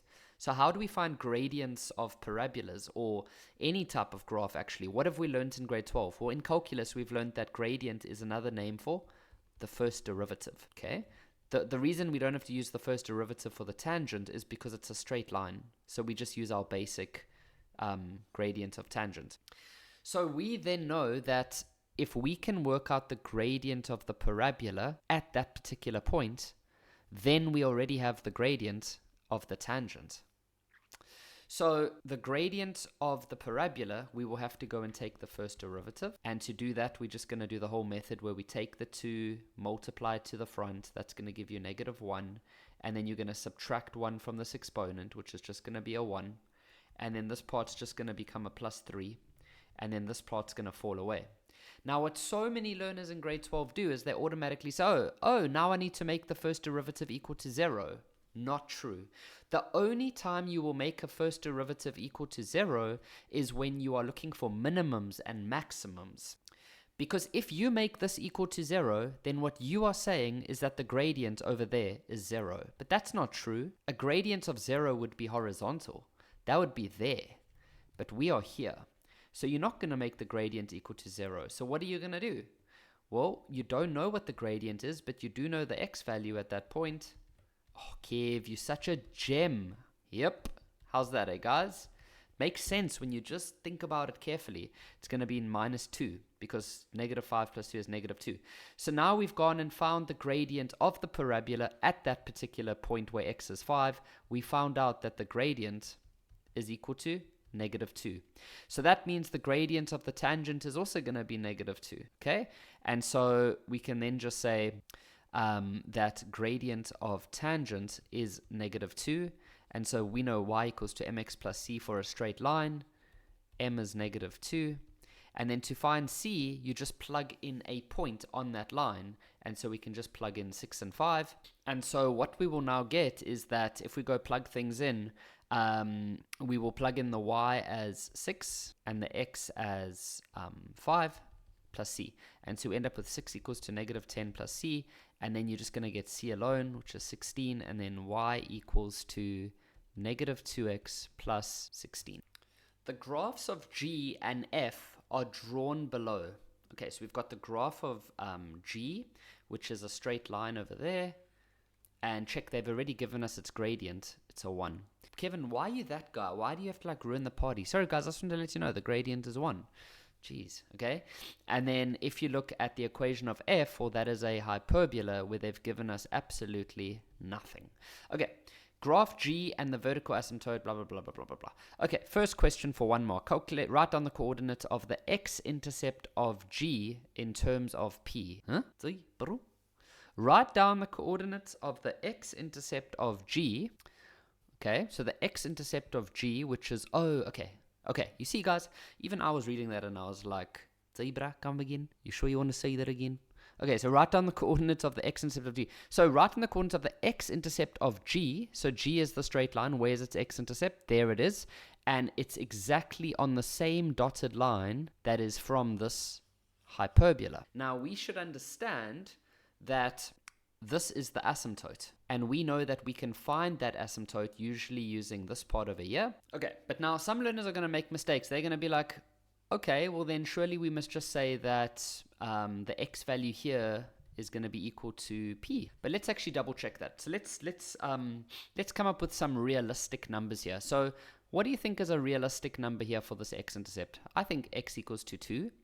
Okay, so then if it is x equals to 2, then this dotted line is also going through x equals to 2. So then what would you have over here? Would you have a over x plus 2? Or should it be a over x minus 2? Which one fits the picture? Well, it's this one.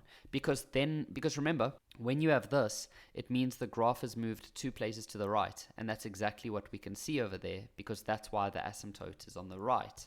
Okay, if it was x plus 2, the asymptote would have gone to the left and it would have been like here. Okay, so these two things are now, look, like that's realistic. Okay, there's nothing that looks really wrong there. So what I'm trying to show you is that when this number is a 2, then over here it has to be a negative 2. So we can then say that the x value of this line is always going to be the negative of whatever number you're seeing over there. Okay, you might just need to take a bit of time to just think about that. Oh, and they want the coordinates of the x-intercept in terms of p. Okay, so we know that the x value must be negative p, but the y value is 0. Because it's an x-intercept, we know that the y value is 0. Okay, so moving on to this one now over here. So it says that graph g, which is the straight line over here, intersects the horizontal asymptote of f at x equals to 1. So the horizontal asymptote is this one. And they said that graph g intersects it. So that would be there, over here. And they said that that is at x equals to 1. Okay, so we know the x value here is 1, but we don't know the y value. So we'll just put a question mark over there. And they also said that it intersects, graph g intersects the graph of f at x equals to 3. So graph g intersects the graph of f at x equals to 3. So that would be over here, but we don't know what the y value is. And then it says that graphs f and g also intersect on the y-axis, which is over here. So we know that on the y-axis, the x value is 0. But once again, we don't know the y value. Now, the question says, determine the equation of f. So the equation of f is a over x plus p plus q. So we have 3 unknowns at the moment. 1, 2, 3. And also, we kind of have a 4th unknown because we also don't know what c is. So this is pretty crazy. So what we could do as a first start is we know that the 2 equations are equal to each other over here and over here. We know that they intersect. So how do we normally find the place where 2 graphs intersect? We make their equations equal. So let's go do that. Okay. Now notice we have 4 unknowns, but we also know the x values of those points. So I'm going to start with this one. So I'm going to plug in the x value of 0. And then I'm going to do it again with this one by plugging in the x value of 3. So that'll give us 2 equations. 3. Okay. So you see what I did? I've just made the two equations equal because I know that they are equal at these 2 points. I then just substituted the x value of those points where they are equal. I can't use these x values there. It's only where they are equal, which is here and here. We can see that is where they are intersecting. Okay. So and then 0 plus c, I know that that is just c. And then 0 plus p, I know that that is just p. All right. The next thing is we still have 4 unknowns, which is insane. So what we can maybe start to do is I know that q is the horizontal asymptote of the graph f. It's this. If I can get this y value on this line, then it means that I know what q is over there. I also know that c is the y-intercept of a straight line. So I know that if I can get the y value there, then I can get c. So check this out. How could I get the y value over here? Well, what we can do.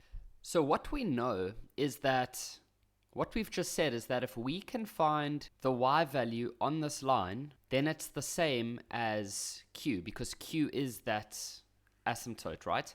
And we also said that if we can find this point over here, well then that would be c. So the way we can do it is the following. We know that this line has a gradient of 1 because of that over there, okay? We know that that's a 1. So that means then that I could, for example, I could take this point and I could use the gradient formula because the only unknown is that over there. So I could say that I know that the gradient is equal to y2 take away y1 over x2 take away x1. I could use this unknown as my y2, and I could then say that the gradient, I know that the gradient is 1 already. So I could say y2 take away y1, which is 0, and then over 0 take away negative p. And so I end up with 1 equals to y2 over 0 plus p, which is just going to be p. If I then go and get the y2 by itself, I just end up with p. So now I know this in terms of p, so that means I now know what c is. So I can now say, therefore, c is equal to p. Suddenly now we've eliminated needing the c value, so now we only have 3 unknowns. So the next thing we can go do is we can go work out the value of q. And the way we can do that is by using the gradient formula, because we just need this y value over here, because that point is on this horizontal line. So if we can find the y value at that point, which is this one here, then we've got q. So we could go use the gradient formula between these 2 points. Sorry, these 2 points over here, because it's there. Or you could use those 2 points. Doesn't really matter. So we could go say that the gradient is equal to y2 minus y1 over x2 minus x1. I'm going to use this as my y2. So we know the gradient is still 1. Remember that the gradient will be 1 between any 2 points on this line. And so we could say 1 is equal to y2 take away, I'm going to use these two. Okay, so we could say y2 take away 0 over 1 take away negative p. And so we end up with, this just becomes y2, this becomes 1 plus p. And so if you're to get the y2 by itself, you end up with 1 plus p. So now I know that this is 1 plus p, but I know that that is also the q values, so I could now say that q is equal to 1 plus p. So what I'm going to do now is I'm going to go rewrite these 2 equations, but I'm going to fill in the c's and the q's. So for the first one, we're going to end up with, instead of a c over there, we're now going to have it as a p. And then instead of a q, we're going to have 1 plus p. And before I write the second one down, let's just neaten this up a little bit. So you see how we have a p on this side and a p on that side? That means that those p's would eventually cancel out. So you're actually just going to end up with a 0 on that side, and then you're still going to have a plus 1. And then I'm going to go rewrite this equation now, but I'm going to fill in the c as a p, and I'm going to fill in the q as a 1 plus p. Okay, so let's neaten that up. Once again, these p's are going to cancel, and then so we're going to end up with 3 equals to a over 3 plus p, and then we still have that plus 1. I'm going to take that plus 1 over to the left, and so you can end up with 2 equals to a over 3 plus p. So now we have 2 fairly simple looking equations with 2 unknowns, And so we're now going to be able to go solve for A and for P just by using normal simultaneous equations where you have two equations with two unknowns. Once we have A and P, we can then come and get the C value and the Q value because we will already have P. How amazing. Very good question. Okay, so what I'm going to do is I'm going to take this equation. We can call this equation number 1. And we can call this equation number 2. So I'm going to take equation number 1, and I'm just going to take the 1 to the other side. So we're going to end up with that. I'm then going to get the A alone by multiplying this P across. And so we end up with that over there. I'm then going to take, I'll call that equation 3. So I'm then going to substitute that equation 3 into equation number 2. And so we end up with 2 equals to, now instead of having A, I'm going to replace it with negative P over 3 plus P. And now to get P alone, I'm just going to take this and multiply it up to the other side. So we end up with 2 multiplied by 3 plus P equals to negative P. And so we end up with 6 plus 2P equals negative P. And different ways you can go ahead here, but I'm going to take the P's to the left and the numbers to the right. And so we eventually end up, if you divide, you get P equals to negative 2. Then I can substitute back over here because I know that A is negative P, but I've just found P as negative 2, and so A would be a positive 2. Okay, and now remember, now that we have P, we can go get all these other values. So we can then get that C is equal to negative 2, and then Q is going to be equal to 1 plus P, which is 1 plus negative 2, and so Q is negative 1. And so now we can fill in the final answer for f of x. We can say that f of x is equal to A, which is 2, P, which is negative 2, and then Q, which is negative 1. What a good question. Okay, so I think I'm just going to go replace everything now. I don't know if we're going to need any of the stuff, but we know that P was negative 2, so that means this is negative 1.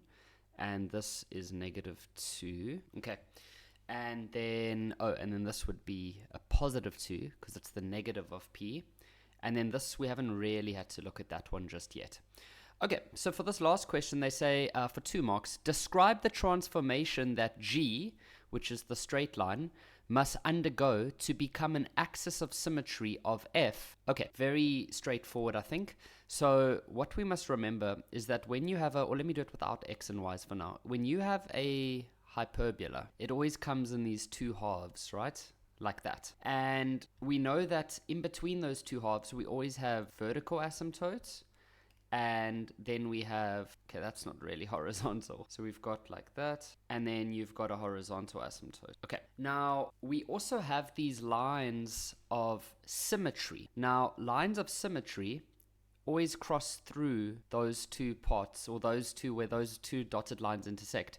And you've got one symmetry line that goes this way. And then we've got another one that goes this way. And we know that this one always has a positive gradient of 1, and then this one always has a negative gradient of 1. Always. Okay, so they said, describe the transformation that G must undergo to become an axis of symmetry. So here we can see the dotted lines that are crossing. So we know that the symmetry lines go through those. So you would have one going that way, and then you'd have the other one going this way, like that. And you know that, remember that this line has a gradient of 1, but we know that these symmetry lines also have a gradient of 1. So I know that this purple line is perfectly parallel to that one.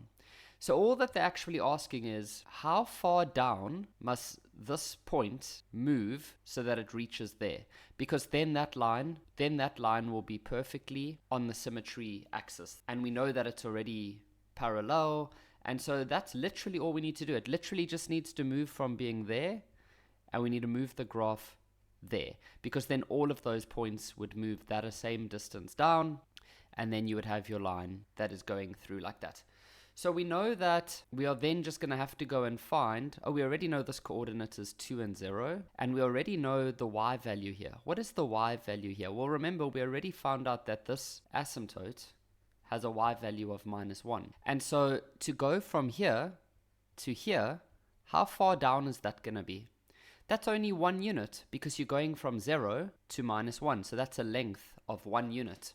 So it says, describe the transformation that G must undergo to become an axis of symmetry of F that cuts F at 2 points. Don't worry about that part. It's already going to cut F at 2 points. I mean, you can see if you have a line that's there, yes, it cuts F at 2 points. That's what symmetry lines do. So that part at the end is just a bit of a random one. And so we can literally just say, translate 1 unit down. A travel company informs Robert that a holiday to a certain destination will cost 40,000 Rand. That's if you wanted to go now.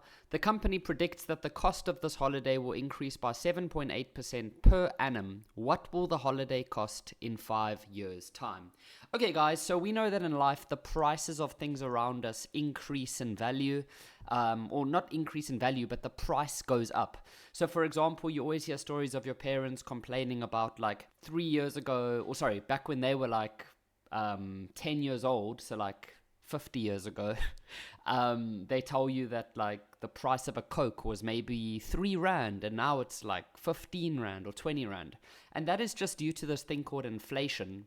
So what they're saying here is that if Robert goes on the holiday now, it'll cost 40,000 Rand, but they want to know what would that same holiday cost in 5 years' time.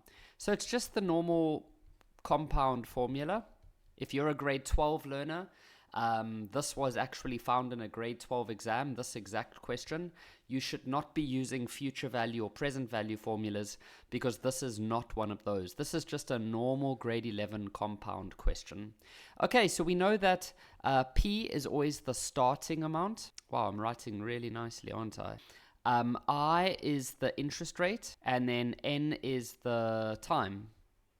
So we can just say that the starting amount is 40,000 Rand.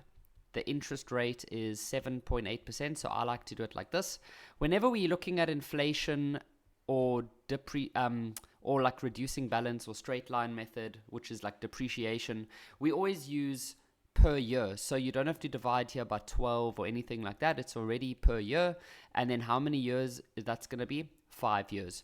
And so you can go now type this in on your calculator, and that same holiday will cost 58,230,94 Rand. Sarah opened a savings account that pays interest at a rate of 5.8% compounded quarterly. She deposits 2,300 in the account on 1 Jan, continues beginning of each quarter. She makes her last payment on 1 October. Calculate how much she has on 1 January. Okay.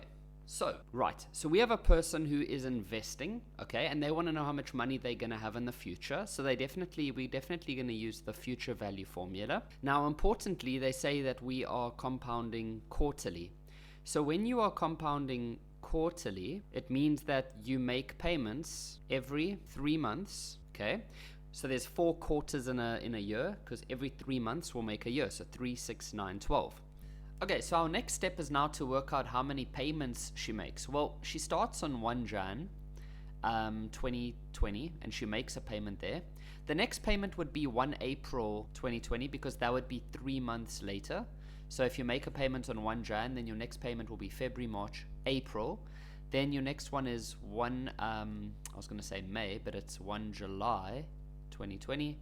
And then it's 1 October 2020 again, and then 1 Jan 2021, and then you get the idea. It's going to repeat, right, till 2021 of October, and then it's going to go all the way down to 1 October 2025. Sorry, that is when the last payment happens.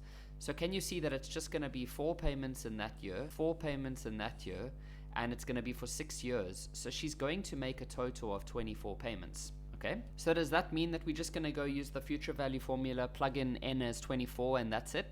Well, kind of, but there's one extra little piece that we need to keep in mind. Okay, so because we're making our last payment here on 1 October, so that is 24 payments, as we can see over here. But the account, they only want to know how much she has at this stage over here. So we're going to go use, so we know that she's definitely going to make 24 payments. So we can use the F formula, okay? But there's going to be a little bit of an extra twist that's going to come in. Let me explain. So we know that if we go use 24 over here, which we are going to do, that's going to take us up to here. What does Sarah do at that moment? Does she take the money out of her account? No, because they said calculate how much money she would have by 1 January. So she does her 24 payments, with the last one being here in October. That money is then going to stay in the account until 1 January. So what does money that stays in like a bank or an investment account do? It grows, just using like a normal grade 11 compound interest, right? So what happens is that we need to see how much this is going to be, and then we need to remember this formula here. And so what's going to happen is that we're going to calculate this, and then that's going to become our p-value in this formula, and then we still need to compound it for another, or from October until January 2026. So I'm going to add this bracket at the back here now, but we'll talk about what we are going to put in the place of that n over there, because that's not going to be 24, because that n is just how long is the money growing from October to January. Okay, so let's go fill in the values and then we can talk about this. So we know that the amount is 2,300 for every quarter. The interest rate is 5.8%, so I'm going to say that. Now when you compound quarterly, yes, you make a payment every 3 months, but that doesn't mean you put a 3 over here, you put a 4 here, because there are 4 quarters in a year. Now over here we said there's going to be 24 payments. You can think of that as or no, I wouldn't say 6 times 4, because sometimes it's a little different based on how they set the question up. So I'm just going to say that, 24, we went and calculated that it was 24. And then for here we said 24 payments. And then let's fill this part in at the bottom so long. So that's just going to be 0.058 over 4. And then this is going to be 0.058 over 4. But now here's where we need to think about this carefully. So from 1 October to 1 January is 3 months. So does that mean we put a 3 here? No, because we are compounding quarterly. So how many quarters is that? Well, every 3 months is 1 quarter. If you wanted to put a 4 here, then that would actually be a whole year. But we don't want the money doesn't stay there for a whole year. It literally stays there for 1 quarter. And now you can go type this all in on your calculator. And so if you calculate this correctly, you should end up getting 66411.60. The bank granted Rajesh a loan of 900,000 Rand on 28 Feb 2024 at an interest rate of 6.8% compounded monthly. The first question says, Rajesh was unable to make the first 3 payments. Come on, Rajesh, man. What's wrong with you, brother? You got to stick to the rules here. He made his first repayment of 10,000 Rand on 30 June 2024, and he continued to make monthly payments at the end of each month thereafter. How long in completed months? Why do they have to add such weird things? It's making me nervous. Who says that? How long in completed months? It just sounds weird. Will it take Rajesh to repay the loan from the time the loan was granted? Okay, so not a difficult one, but we need to just chat about a few things. So we know that in grade 12, when we use the present and the future, value formula, and we compounding monthly, then what we've learned is that under normal situations, your first payment should always happens at 1 month. So for example, the person goes into the bank, they open the account, and then they only make the first payment a month later, okay? And then under normal situations, your last payment is on the very last day.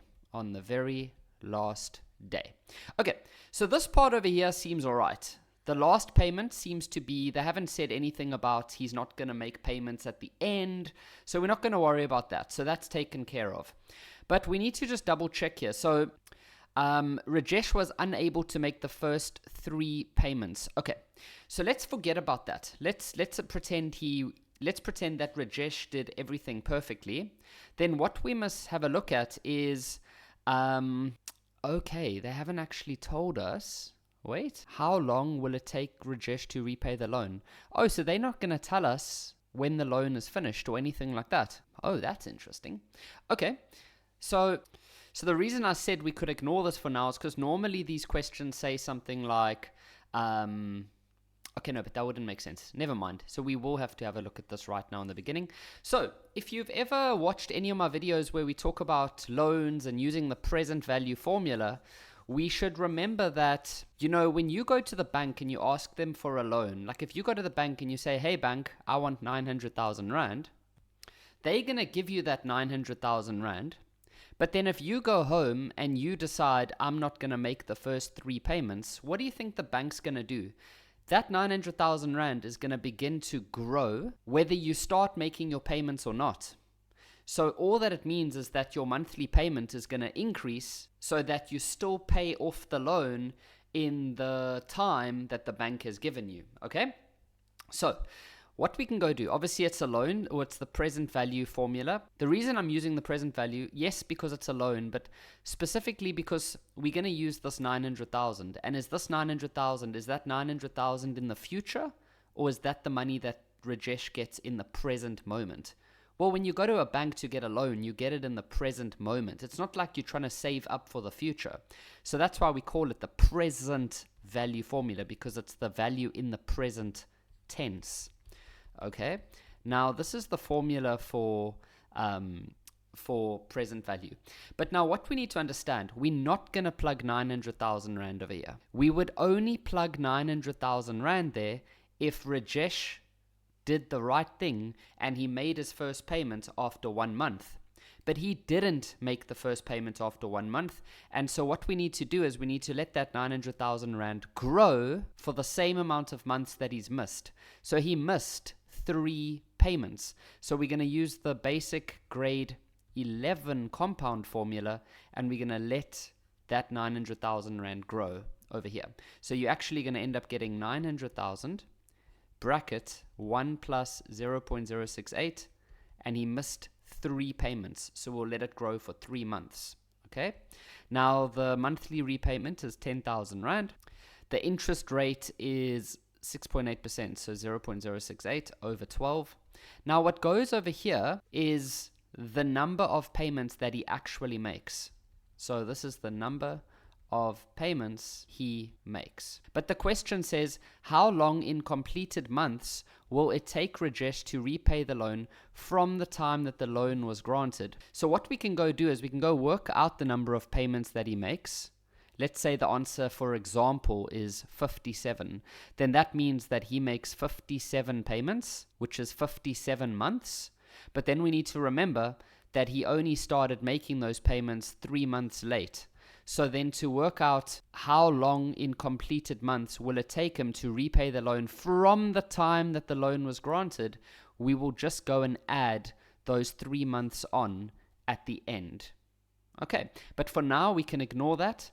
And we can just go calculate n, but understand that n is his number of payments that he actually makes. Okay, this part is ignoring the 3 months that he missed for now, but luckily we've taken it into account over there. Okay, and then at the bottom here we've got 0.068 over 12. Now, if you've done any of these questions where you have to work out this part over here, you understand that we're going to eventually have to use logs. So what I always tell learners with logs is that logs are very sensitive to rounding off. So you don't want to round off with these types of questions. You want to keep as many decimals as you can and then only round off to 2 decimals at the very end. Okay, so let's go create some space because we're probably going to need quite a lot. Now, remember guys, all of this is locked up together. You cannot get into there. The only thing you could do is maybe just simplify that, but you can't do anything else. However, this number and this part, we can get rid of that. We can take this to that side by dividing, and we can take this to that side by multiplying. So on that left-hand side, we're going to eventually end up with, so I'm just going to type this on my calculator. I'm going to take this, multiply this, divide this. Okay? Okay, so when I put all those numbers in, I'm not going to round off, so we're going to end up with 0,5187 19,228. And then you can't put this together because this negative n is specific to this bracket. So you cannot mix it with this 1 at the moment. But we could put these together, okay? Right, so that's going to give us 1 minus. Now we don't need any more brackets over here because those brackets were only there to keep that out. So we're now going to have 1 minus, and then I'm going to type this on the calculator. So that'll give us, and I'll leave it as a fraction. It's a little bit of a hack I can give you, so you don't have to go write all the decimals. 3017 over 3000, and then to the negative n. Okay, now what I like to do in these moments is I take this entire part here, this negative without the 1, and I take it to the left, and then I bring this over to the right. So we end up with this, and then this. And, okay, so now if we had to just say 1 minus whatever that is, 0.5, then we end up with, okay, so we end up with 3017 over 3000. I wonder if we're going to get a nice whole number. I think we will. 481280777, whoopsie, 2. Okay, so now we need to use logs. So some learners get very confused. So what I've been teaching recently is the following. When you go from an exponential and you want to find this, or when you want to convert it into a log, the golden rule that I've started telling learners now is the base stays the base. So this is called a base, okay? Now, when we write something as a log, for example, like this, we can also call this the base. So what I'm saying is that the base is going to stay the base. So when we convert this into log, that's still going to be the base in the log, okay? Then this negative n is going to be by itself, and then this number is going to go over here. Now I ain't going to fit that over there. Okay, so did you guys know I'm actually from Texas? I just have to try really hard to not show my accent. I'm trying super hard right now, but if I had to actually just let go, I would actually just talk like my reindeer. And down on the day when I had my little Missy Bo Peep, damn, that girl be leaving me for good old Hunter Bo down the road. And then one day I find good old Hunter Bo and I put a big old shoddy bullet right down that man's forehead. Okay, no, that didn't work out nicely. Sorry, guys. Okay, so, wow, Kev, you took things way too far. Yeah, sorry. So, log 3017 over 3000, and then 0.4812807772. Okay, now this you can just go, or all of this, sorry, you can go throw this all in on the calculator. Some of you struggle with how to even find the log on your calculator because there's 2 log buttons. You want to look for the one that is under the on button. Don't use the other one. That's for noobs. 0.4812807772. Okay.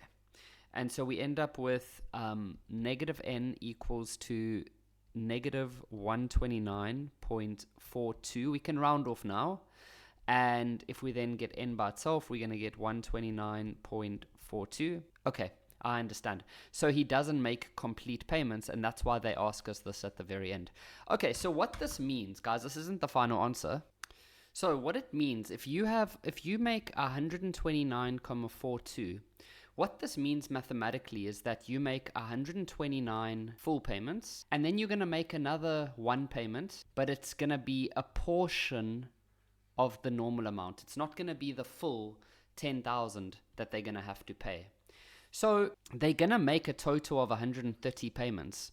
But remember what I told you earlier. When we were setting up the equation, we said that the n value we're calculating is the number of payments that the person makes, number of payments, which we've now just rounded up to 130 complete payments because they also talking about completed months. But they said, how long is it going to take him to repay the loan from the time that the loan was granted? So remember, he's going to make 130 monthly payments from the time that he began to pay, but he began to pay 3 months late. So the date or the time to complete the entire loan from the day that they gave him the loan would actually be another 3 months on top of that. So therefore, it's actually going to be 133 months. It doesn't mean he's making 133 payments. He's making 130 payments, of which And then 3 months, the 3 months is because he was late. And they want to know from the time that the loan was granted, how many months is it going to take? Okay. Now, the last question here says, calculate the value of the final payment. So I've made a load of videos explaining this exact type of question. If you've done one of these, you'll be able to do all of them because they all follow the exact same structure. Okay. What is important though is that if we use the present value method, then we must use this, but the non-rounded version. That's important. So 419035. Okay, so because I'm an absolute darling, or at least I like to think I am, I'm going to do both methods. I'm going to do the present value method and the future value. You only need to know how to do one of them. And both methods should give you, they don't give you the exact same answer, but it's usually within a few cents. Okay, it's not going to be like more than a rand. It'll usually be a few cents. Then you know, well, you wouldn't do both in a test, but yeah, I'm just telling you that you won't get, but on memos, they show both methods anyway. Okay, so just made a bit of space. So n is 129,419,035. Right, now we're going to use a present value method, and then for those that prefer a future value approach, you can obviously skip ahead. So for the present value, let me try to explain. We know that Rajesh is going to make 130 complete payments, or 130 payments, okay? 129 are going to be the normal 10,000 Rand. Then the last payment, so one payment or the last one, will be a bit less. So what you guys need to go and do first, step one, let's calculate what Rajesh still owes the bank immediately after he makes the 129th payment. So when you want to work out how much you still owe the bank, that's called your outstanding balance. So outstanding balance, we can just use the present value formula because this is using the present value technique. And so we know that it just uses the present value formula, which is this one over here. And remember that when you use this present value formula, the n value is the number of payments you still need to make. Whereas when you do the future value formula, the n is the number of payments you have already made. Okay, so we're going to go put the x value as 10,000 because that is what the normal monthly payment was. I'm not saying that's what his current monthly payment is for this last payment, but that's what we're trying to calculate. So just go pretend that he is still paying the 10,000. Then the interest rate and all of that still stays the same. Now, for this part over here, it's the number of payments you still need to make. Now, technically, he only has to make one more payment. But when we use this technique, we don't put the one. What we rather do is we say, okay, this is how many payments he was supposed to make to pay off the loan. He's already made 129. So if you minus 129 from here, then you'll just be left with 0, comma, and then that. So we're going to put that as the remaining stuff that still needs to be paid off. Okay.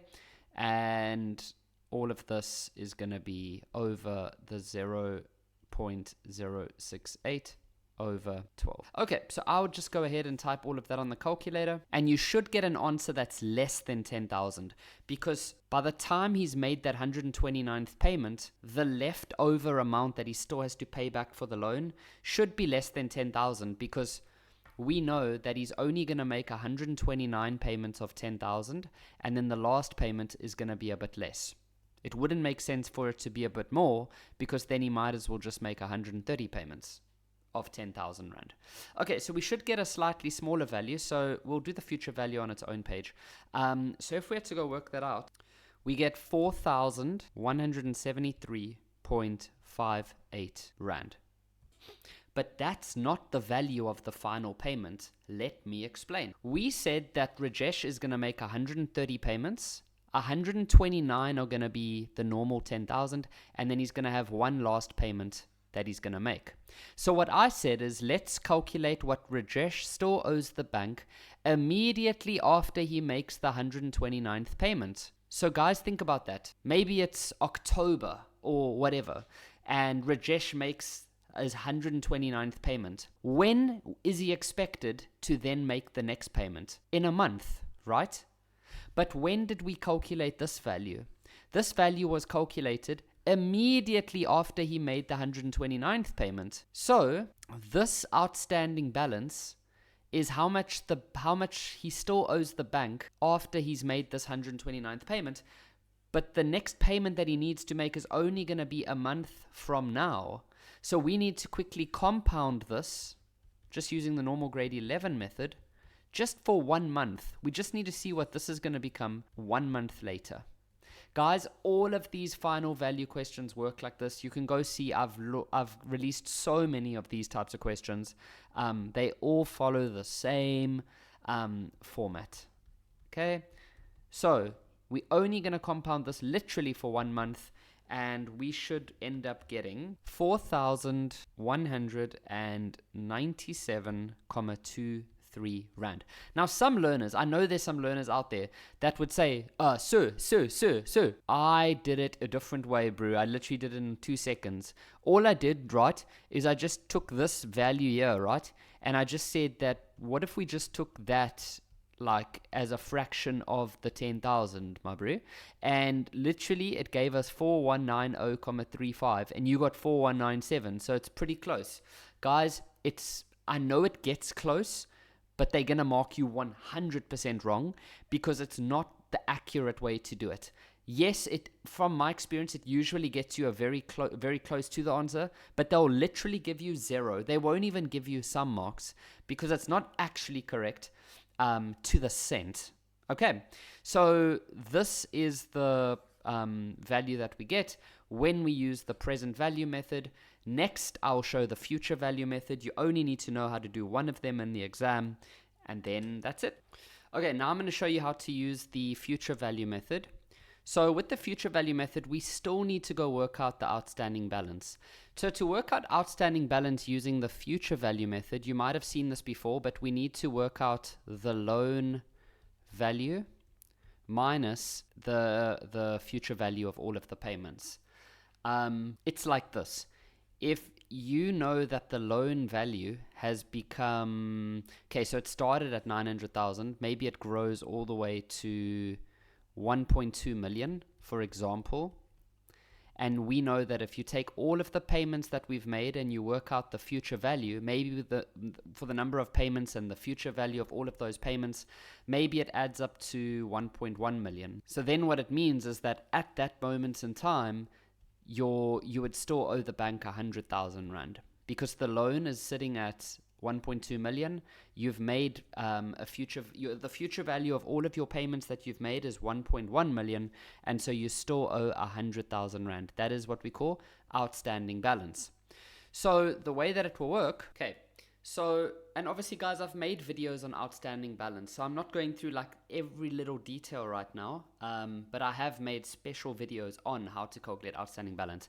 So to go calculate the loan value, you need to look at all the way from the beginning up until he makes that 129th payment, because we still want to know what is the outstanding balance of the loan immediately after he makes the 129th payment. You always do that for these questions. You always find the outstanding balance at the point where you've just made your last complete 10,000 Rand payment, and you only have one payment to go, and that one payment to go is like a portion of the full payment. Okay, so but now here's the tricky thing with the future value method and this particular question. When we look at the loan value, that started as soon as he opened the account.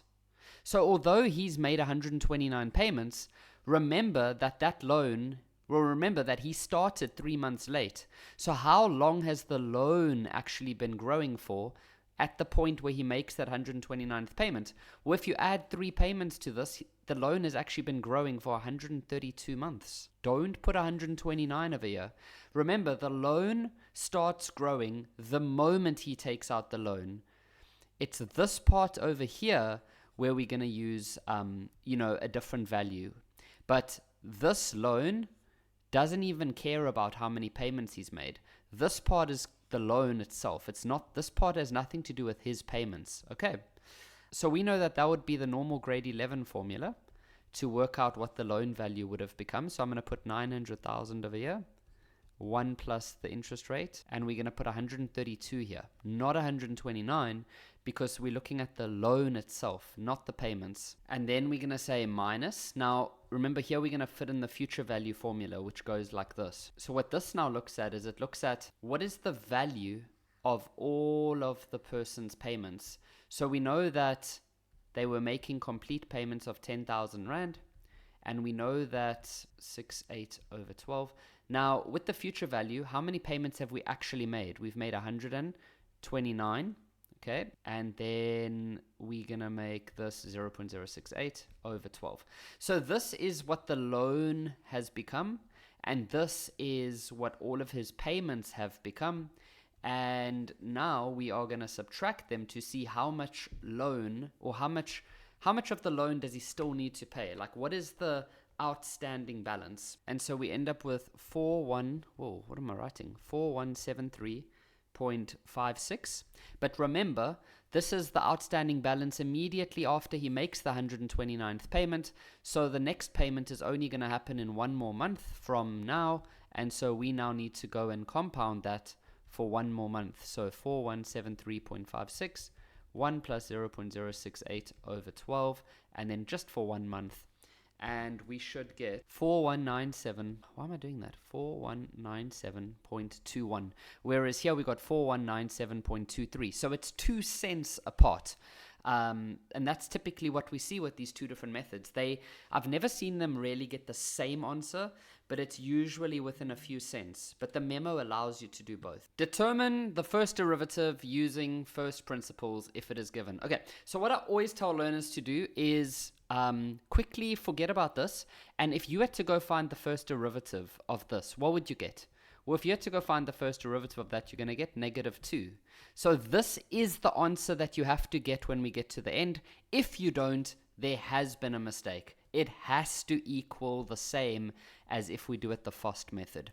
Okay, so we know that to find the first derivative using first principles, we need to take the limit as h goes to 0 of f of x plus h minus f of x over h, and then as h goes to 0. So what does this mean? F of x plus h, some learners get this very confused. It means that wherever you see an x, you're going to replace it with x plus h, okay?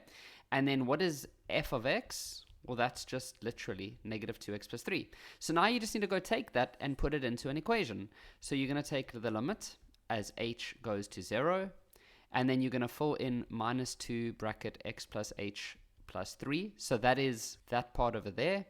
And then you're going to say minus. Now here's where learners make mistakes. Whenever you say minus, you must put a bracket, and then you're just going to put the f of x and then h. The next step, you keep having to write this lim as h goes to 0. Now the next step, you're going to neaten up, get rid of all the brackets and things like that. So if you multiply this in, you're going to end up with that over there, and then plus 2x and minus 3. If you're getting a plus 3 over here, that's a common mistake. It's because you haven't used a bracket. And then at this step, we're just going to simplify. Now, this is what I always tell learners at this step. Everything that doesn't have an h must cancel. If it doesn't, something's gone wrong. So this minus 2x is going to cancel out with this 2x. This 3 is going to cancel out with that. And so all that we're left with is that over that. So we're just going to say minus 2h over h. So notice that everything that didn't have an h cancelled out. And now this is going to cancel, and so we're going to end up with -2. Okay? Well, technically we should say equals to the limit as h goes to 0 of whatever the expression becomes after we've cancelled.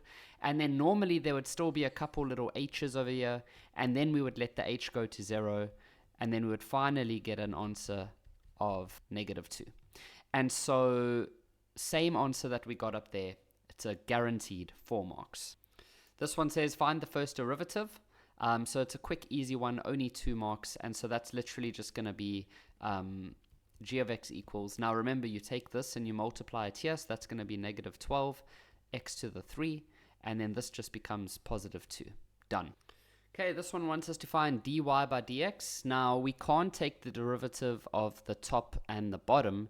Instead, we need to either, usually sometimes we would have to factorize over here, and then you would cancel. For example, if I have something like x squared minus 3x minus 4 over x plus 1, then, you could factorize the top as x plus 1 and x minus 4, and then those would cancel, and then you would just have this. But in this one, you can't really factorize here, so what do? Well, this is where we split the terms up, so you do this. And so you rewrite it as 2x4 over x squared plus 1 over x squared. Notice I haven't said dy by dx because I haven't taken the derivative yet. For now, I'm just rewriting everything to get it ready for taking the first derivative. And so there we get that and that. Now, we still can't take the derivative because we can't take the derivative when you've got a variable in the denominator like that. So rather, we bring that to the top. Now we can go take the first derivative. So this is easy now because this just multiplies in the front, and then this one is going to multiply in the front, and you're going to end up with negative 2x, and then subtract 1, which actually becomes negative 3. Now, back in the days when your young Kev was still a high schooler, we had to make sure that this became positive, but nowadays you don't have to. I can check on the memo every single time they leave the answer like that. Okay. Sketched below is the graph of f of x, and they give us its equation.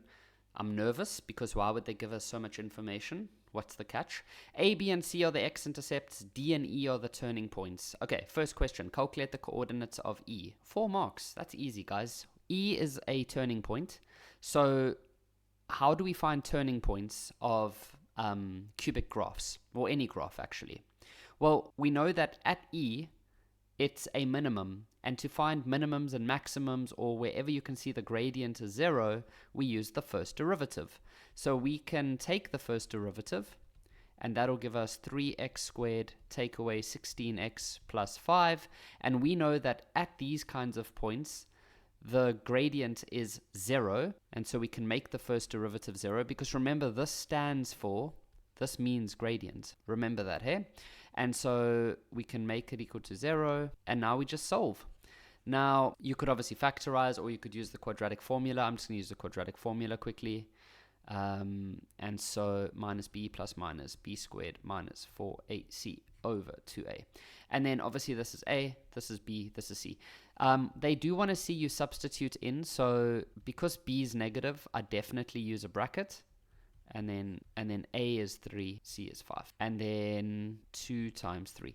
Okay, that's all that they need to see. So now if you had to go and actually solve this thing, you should eventually get x equals to a third, or x equals to 5. By the way, if you did factorize, it actually did work. The nerd in me wanted to check anyways, and so you would have gotten that. Okay, and so, so obviously we're going to get 2 answers because there are 2 places where the gradient is 0, and so the one's there and the one's there. So this one's x value is obviously a third, and this one's x value is 5. But they want the coordinates, so what do we do now? What do we do with this 5?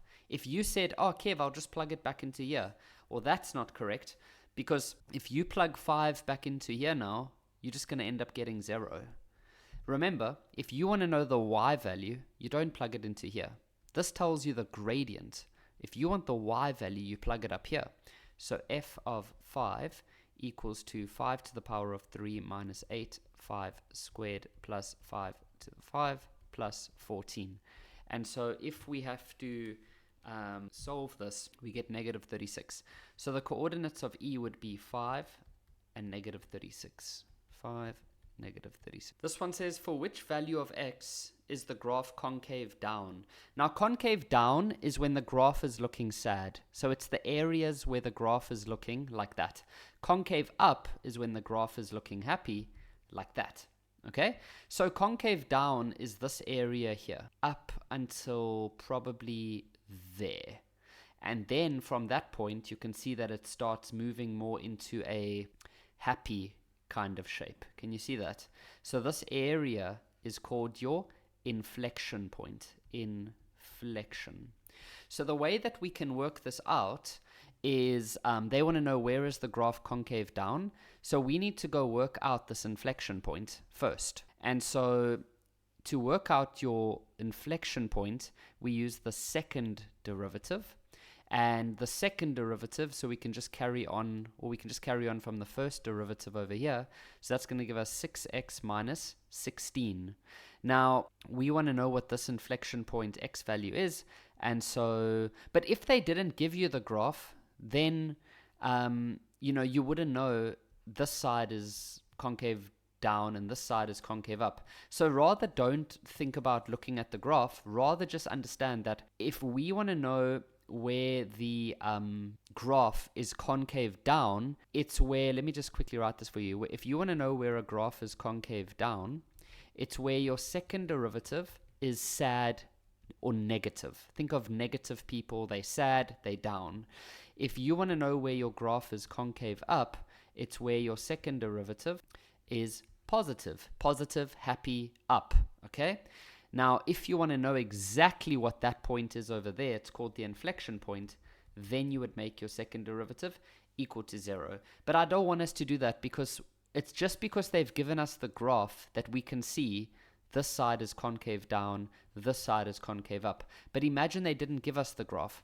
Then we would rather say, okay, we want to know where the graph is concave down, so we make the second derivative negative, and so we do that. And so now we're going to end up with that over there.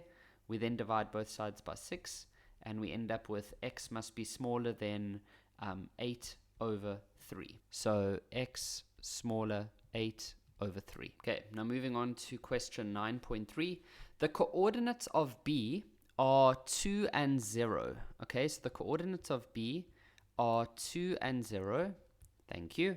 Use the graph to determine the values of x for which this times this is smaller than 0.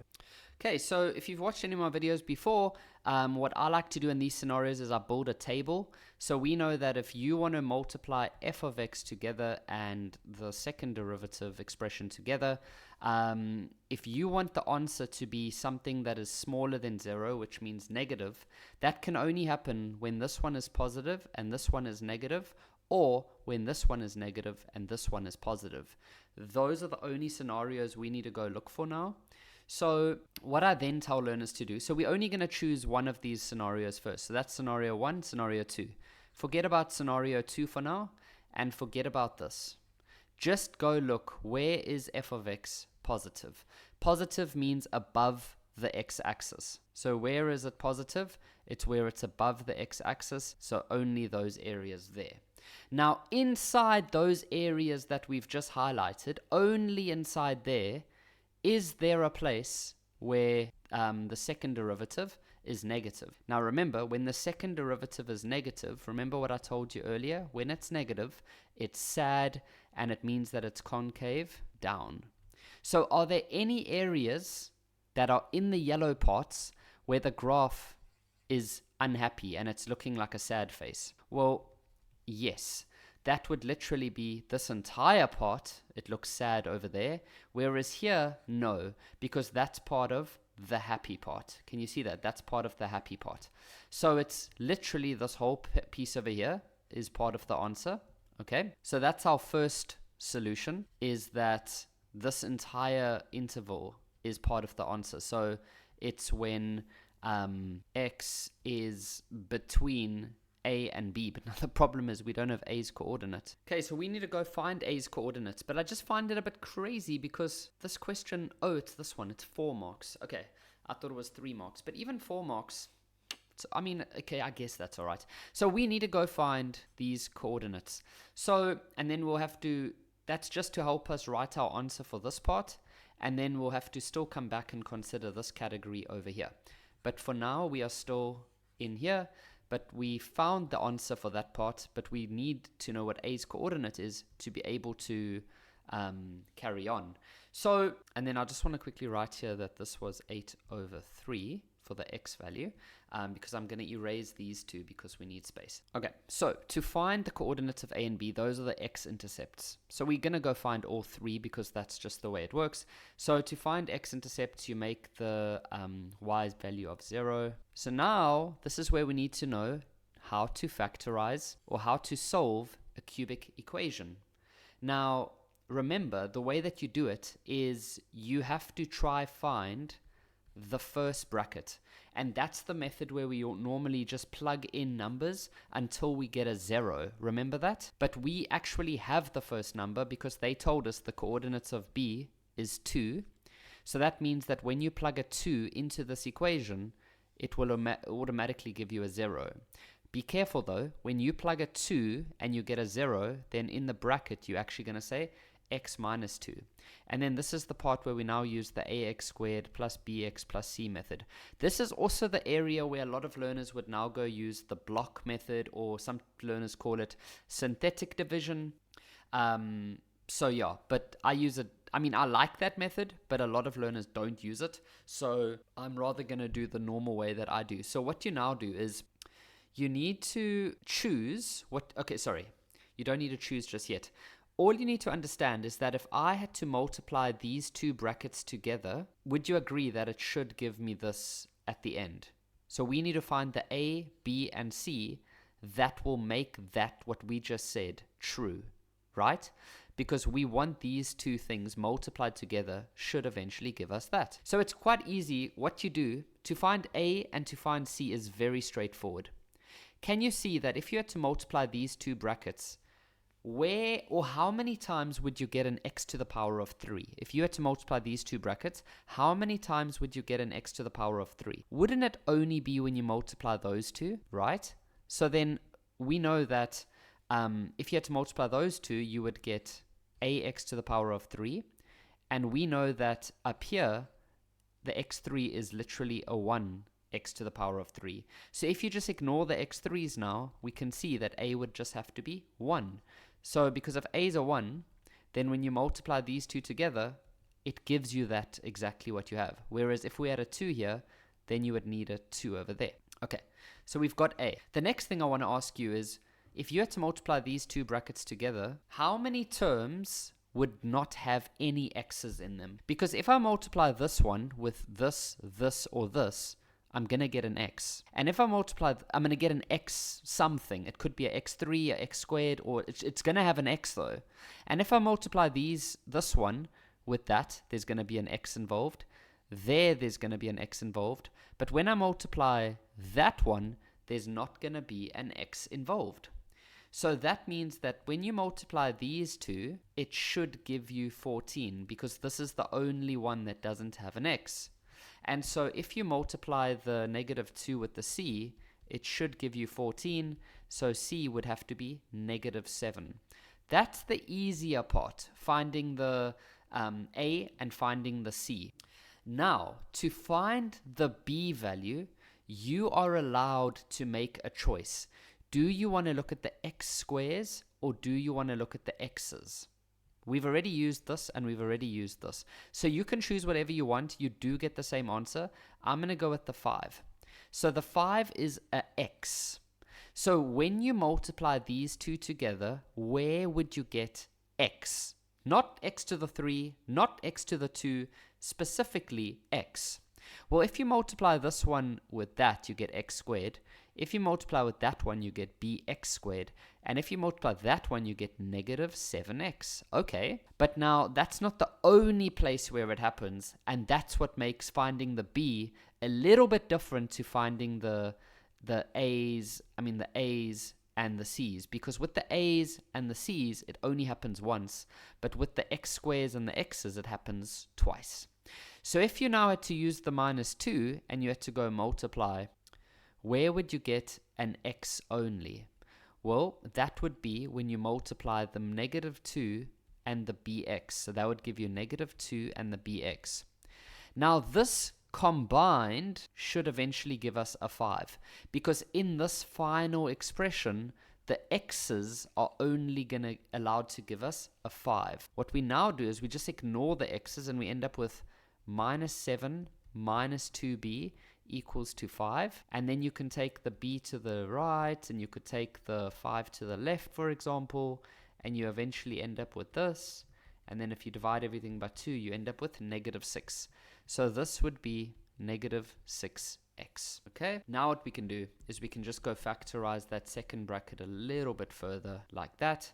And so now we can solve x is 2, or x is 7, or x is minus 1. So this must be minus 1. This one is the 2 which we already had. And then this one must be 7. Okay, so now we needed all of that just so we can give this answer over here.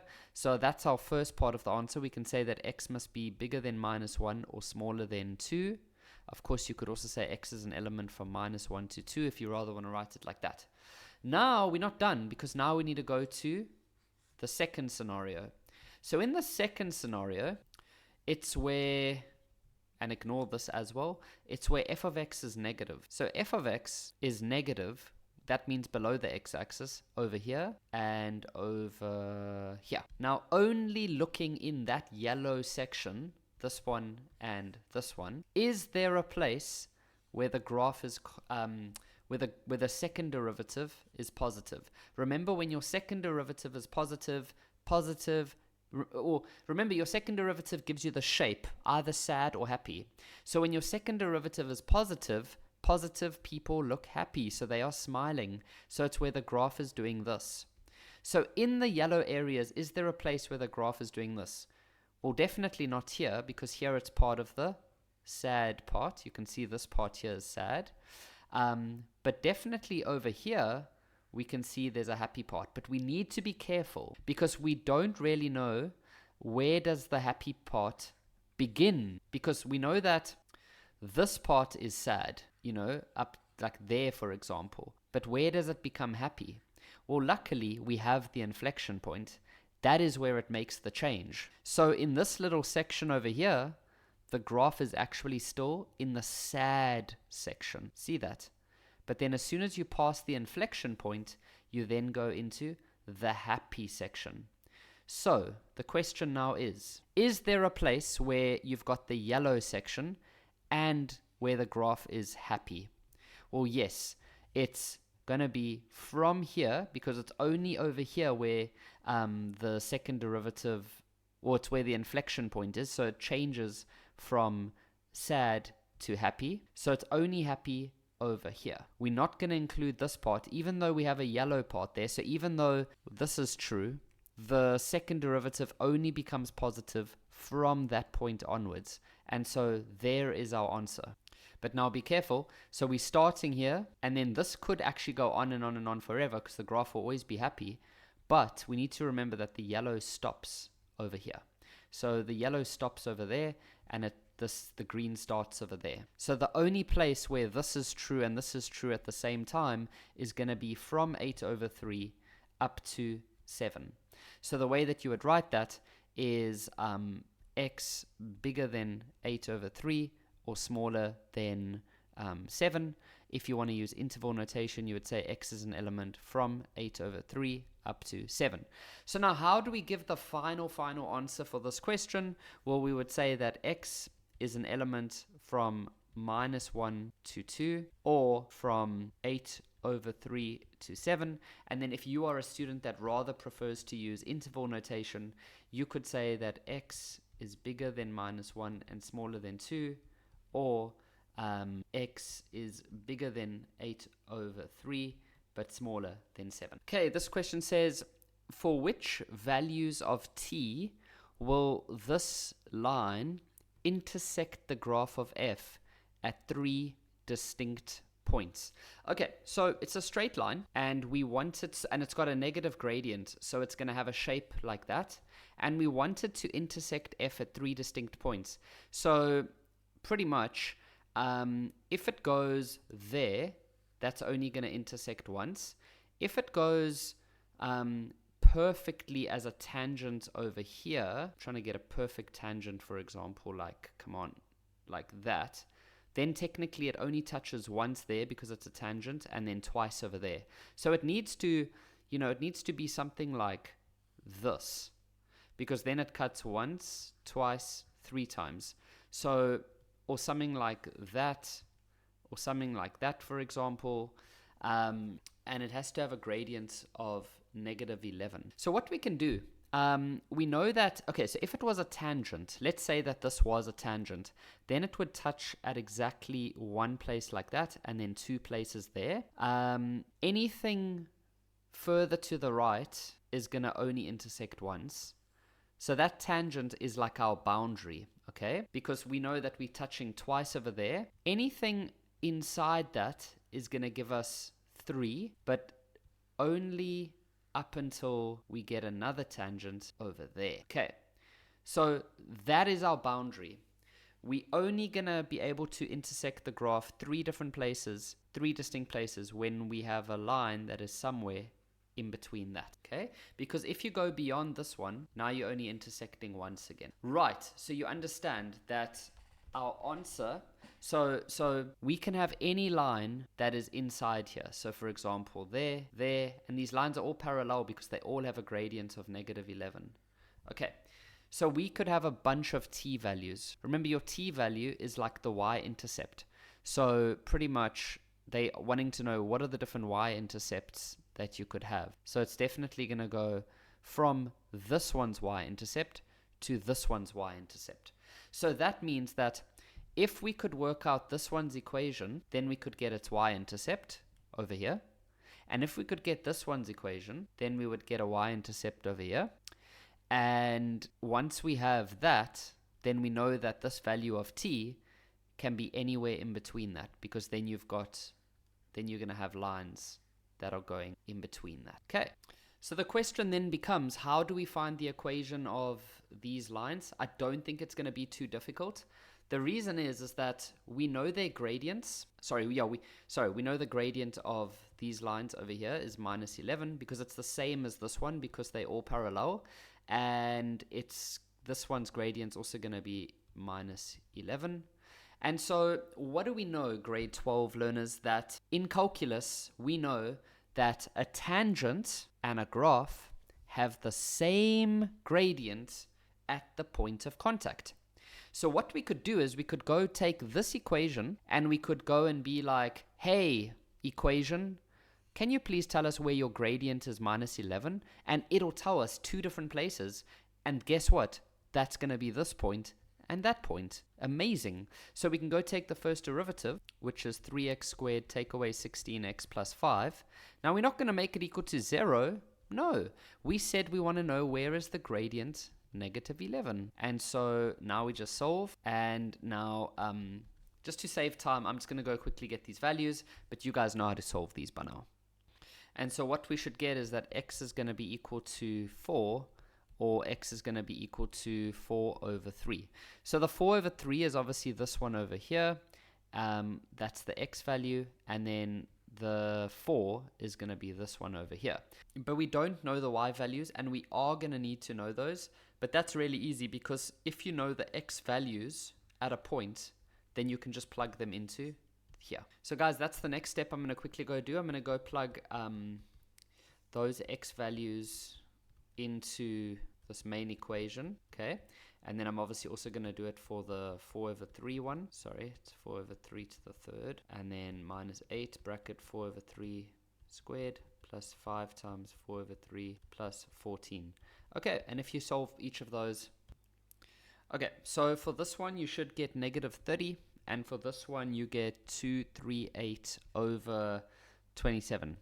Okay, so now we know that, you know, here the coordinates is 238 over 27. And then over here, we've got 4 and negative 30. So 4 and negative 30.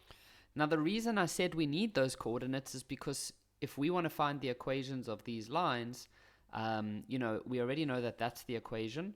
And so for this one, to go find t, you can just plug that in now. So 238 over 27 equals to minus 11 times 4 thirds plus t.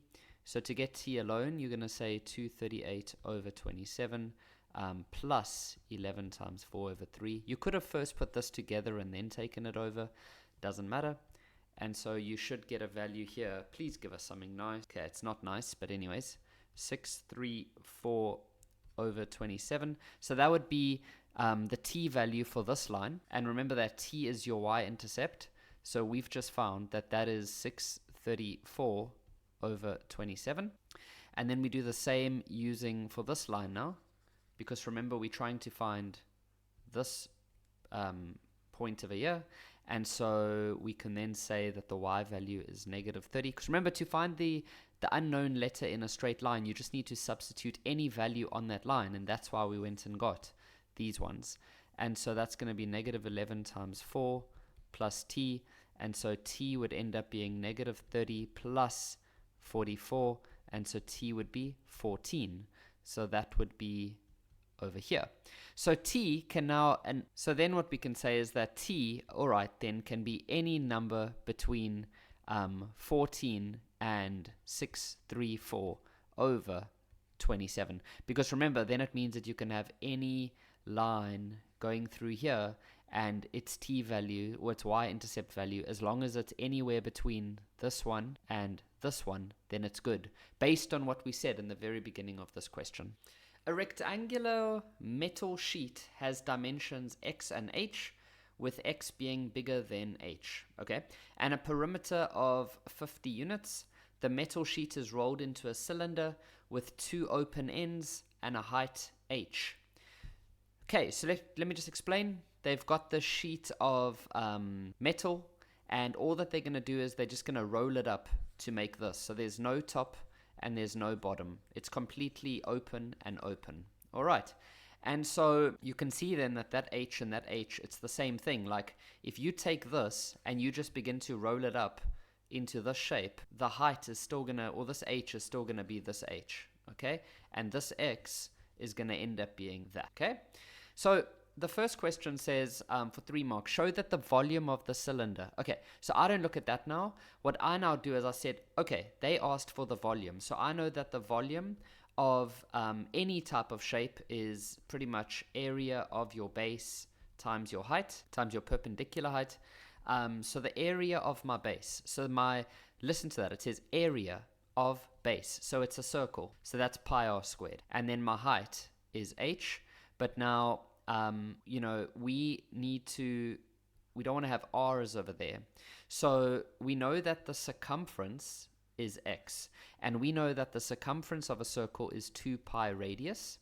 So the circumference is x. So now we can get r by itself. Because notice that there's no r's over here. So we can get r alone as x over 2 pi. We can then plug that in over here as x over 2 pi squared times height. And I see there's no h's either.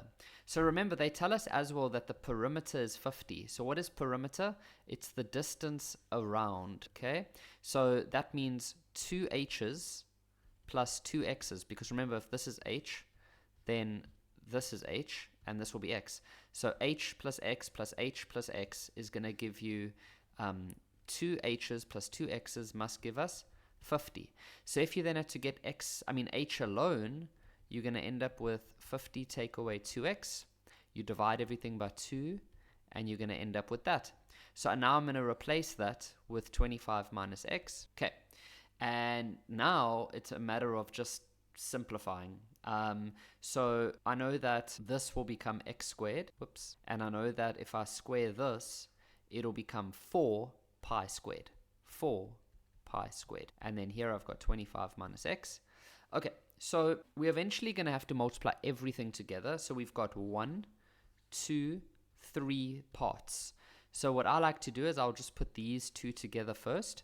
So I'm going to multiply this into here. So remember that this is actually 25 over 1 and x over 1. So when you multiply this together, you're going to have the x squared multiplying with the 25, which is going to give you, and let's just remember the pi that we still have. So it's going to give you 25x squared.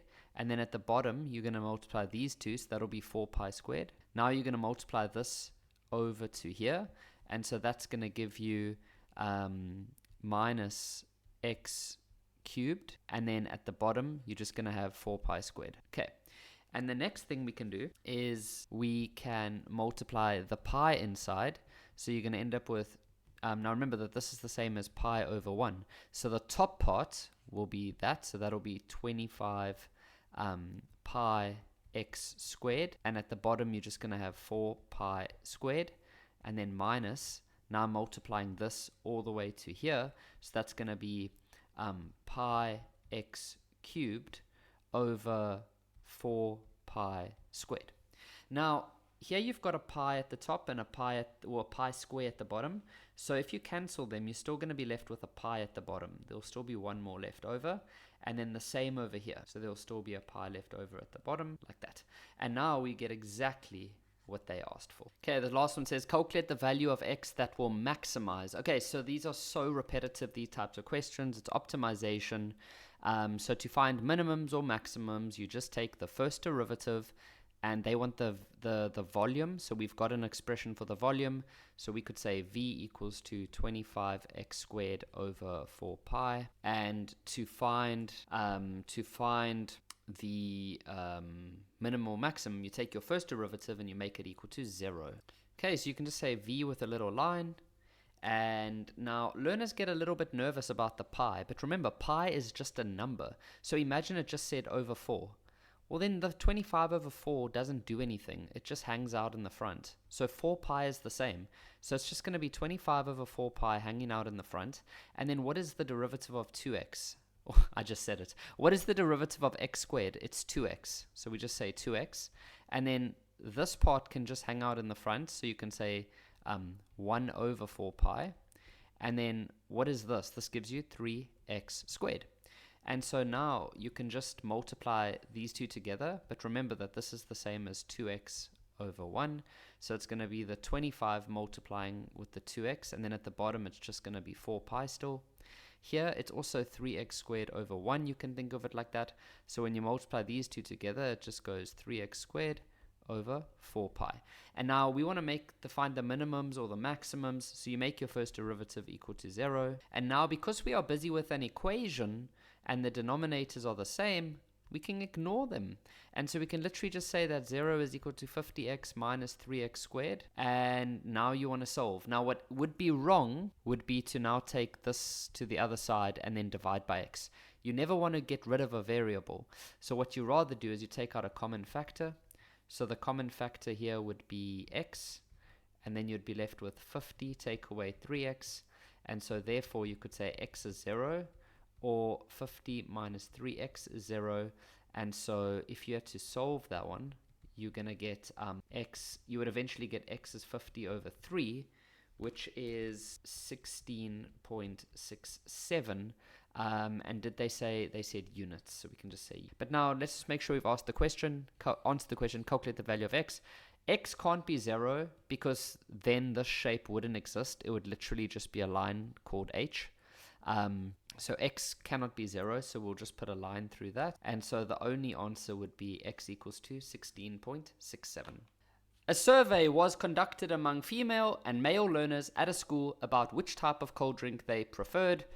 The data from the survey is presented in the table below. Okay, so what we have is we've got females and males, and then we've got some who drink juice, some who drink energy drinks. And so the first, and these questions are usually like, it should be absolute free marks, like 100% for you guys. I've never ever seen a table question that is difficult.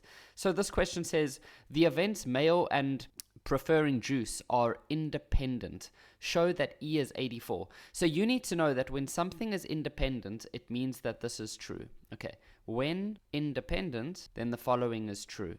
Probability of A and B is going to be the probability of A multiplied by the probability of B. So let's just rewrite that so that you know that this means, actually I can just say, remember that this means and. Okay, so they've told us that it's independent. So we know that. Now A and B, obviously that's just the formula. So they said male and preferring juice. So that would be this part over here. But let's just go there. And, oh no, let me just think, what do we want here? Okay, well, let's go full in here. So this will be male, and this will be juice. So what it means is that probability of male and juice is going to be equal to probability of male multiplied by probability of juice. So male and juice, we are the people who are males and they like juice. Well, that's male, that's juice. Where they intersect is what we want, okay? So we know that that probability is going to be 36 out of the total. So it's going to be 36 out of the 210. Now, when they have it here, this means male as a total. So all of the males, okay? So that's actually going to be F's value, which we don't yet have.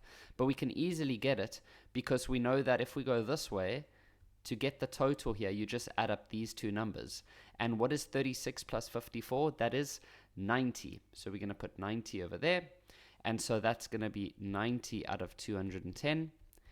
Now for the probability of juice as a whole, that for this part here, that's going to be this whole column. And so this is the one here. But that's what they're wanting us to find.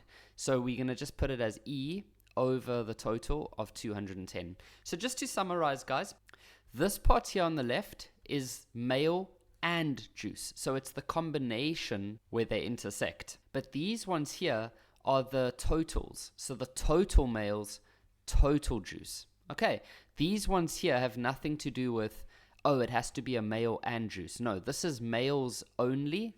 Whether they drink juice or energy drinks, it doesn't matter. And then this is juice only, whether they are female or male, it doesn't matter. Okay, so we got to go solve this now. Now, many learners are gonna try cancel this, but guys, we can't. It's not an equation where we're plussing and minusing. If we had something like this, 90 over 210 plus E over 210, then all of a sudden we can get rid of it. But here we are just, we're multiplying over here. So what we're rather gonna do is we can say 36 out of 210, and then we're going to multiply these two together. So it's going to become 90e over, now 210 multiplied by 210 is 44,100. Now, whenever we have a situation like this in mathematics, we always want to be able to, what we do here is we do a cross multiplication. So we go like that and we go like that. So 36 multiplied by this number is going to be 1587600. And then when you multiply the 90 and the 210, that's going to give you 18,900 E. And now to get E alone, we obviously just divide by 18,900. And we end up with 84. Nice. So we have, and it said show that E is 84. Okay, this last one says, calculate the probability that a female learner chosen from the group likes energy drinks. Okay, so, sometimes when you read that, some learners are going to read it as, okay, so are we only choosing from the females? So should we only use the female total? And other learners are going to read that as we're still going to use the total. And to be honest, I don't have an exact strategy for this one because they have worded it a little bit weird.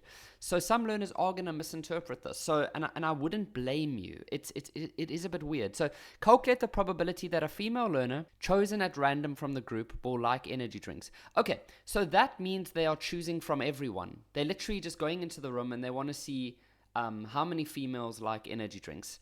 But they're not only choosing from the female learners. They're not, they haven't worded it in such a way that should make us think that they're only choosing from the females. They're still choosing from everyone. So we're still going to be dividing by 210. Now, out of those 210, it has to be a female that drinks energy drinks. So female and drinks energy drinks. So that would be here. So we need to go calculate B. So there's multiple ways you could do this. You could go, this total has to be 210. So that means you could easily work out what this one would have to be. And then we know that these two have to add up to this number. So then you could easily work out B. Or you could even go that those three there, so these two need to add up to 84. So that would allow you to work out this value. And then you could then work out this value by knowing that the total of this must add up to 210. So you could work out that, and then you could get that. So there's multiple ways you can do this. It's really easy. So I think the most straightforward way would just be to realize that, these two together must add up to this 210. So we could easily work out D, and let's just show them that. So D would be 210 minus 84.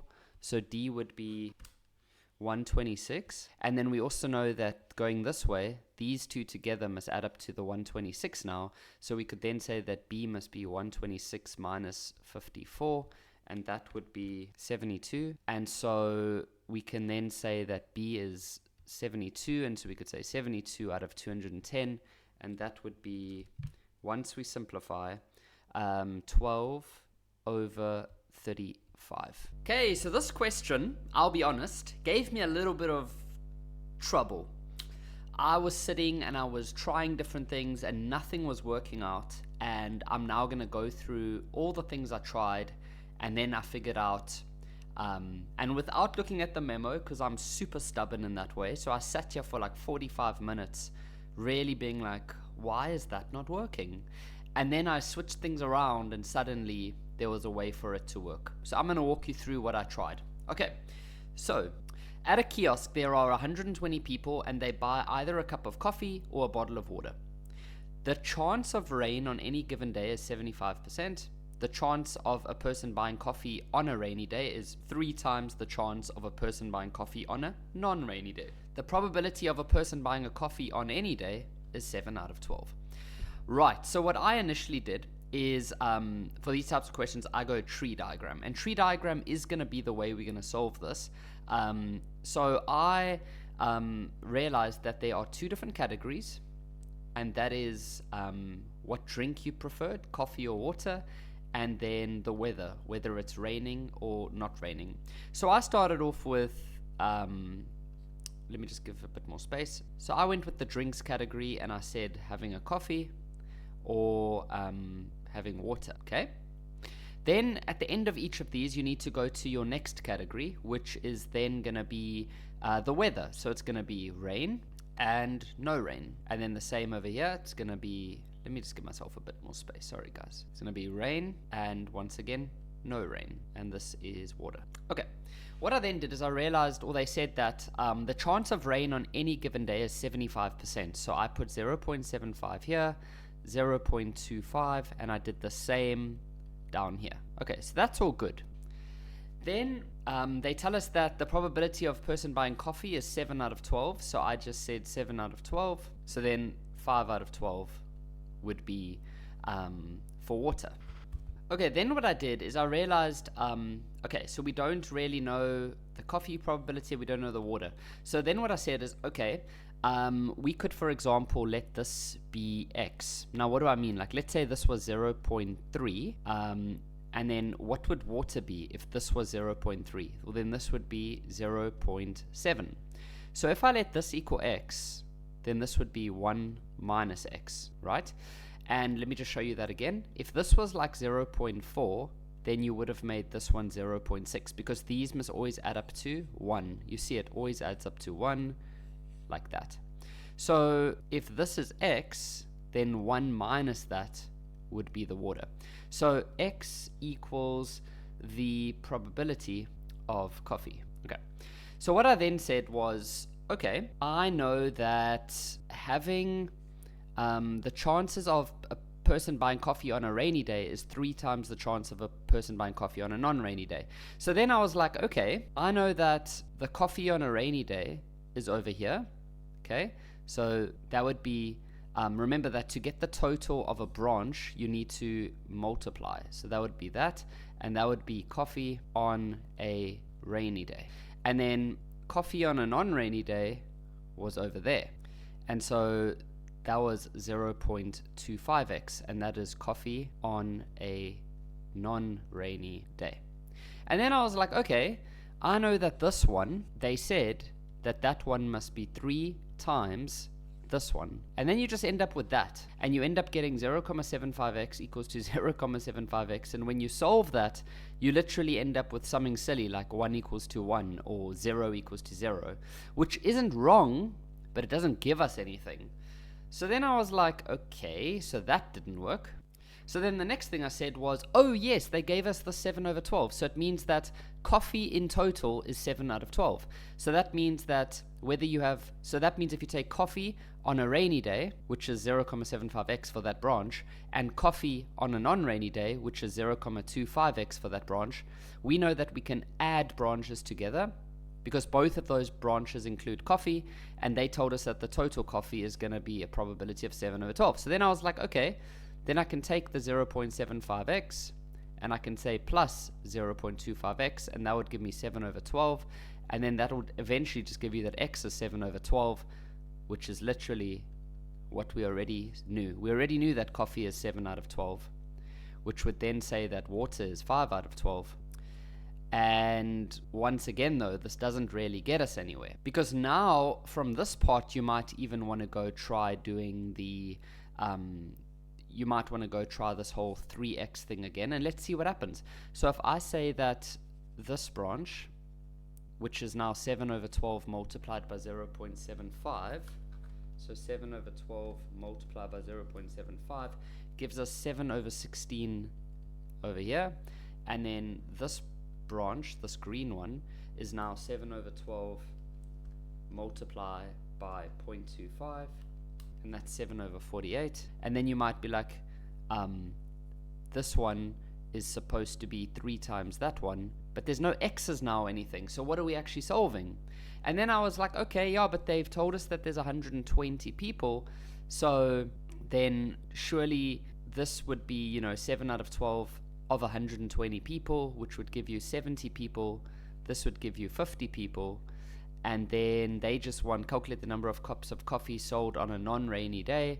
So that would be these people. So it'll be 7 out of 48 multiplied by 120. And that should give us 17.5. And that is not correct, because you can't have half a cup of coffee. And so I was like going around in a circle, quite frustrated because this makes sense. It makes sense. And then I just decided, let's flip the tree diagram around and start with the weather first and then branch into coffee, because as you're going to see, that will allow us to use this part a lot better. So it's crazy that we have to do this, because normally with the tree diagram, the order of your categories doesn't make a difference. But this one, okay, let me put your mind at ease.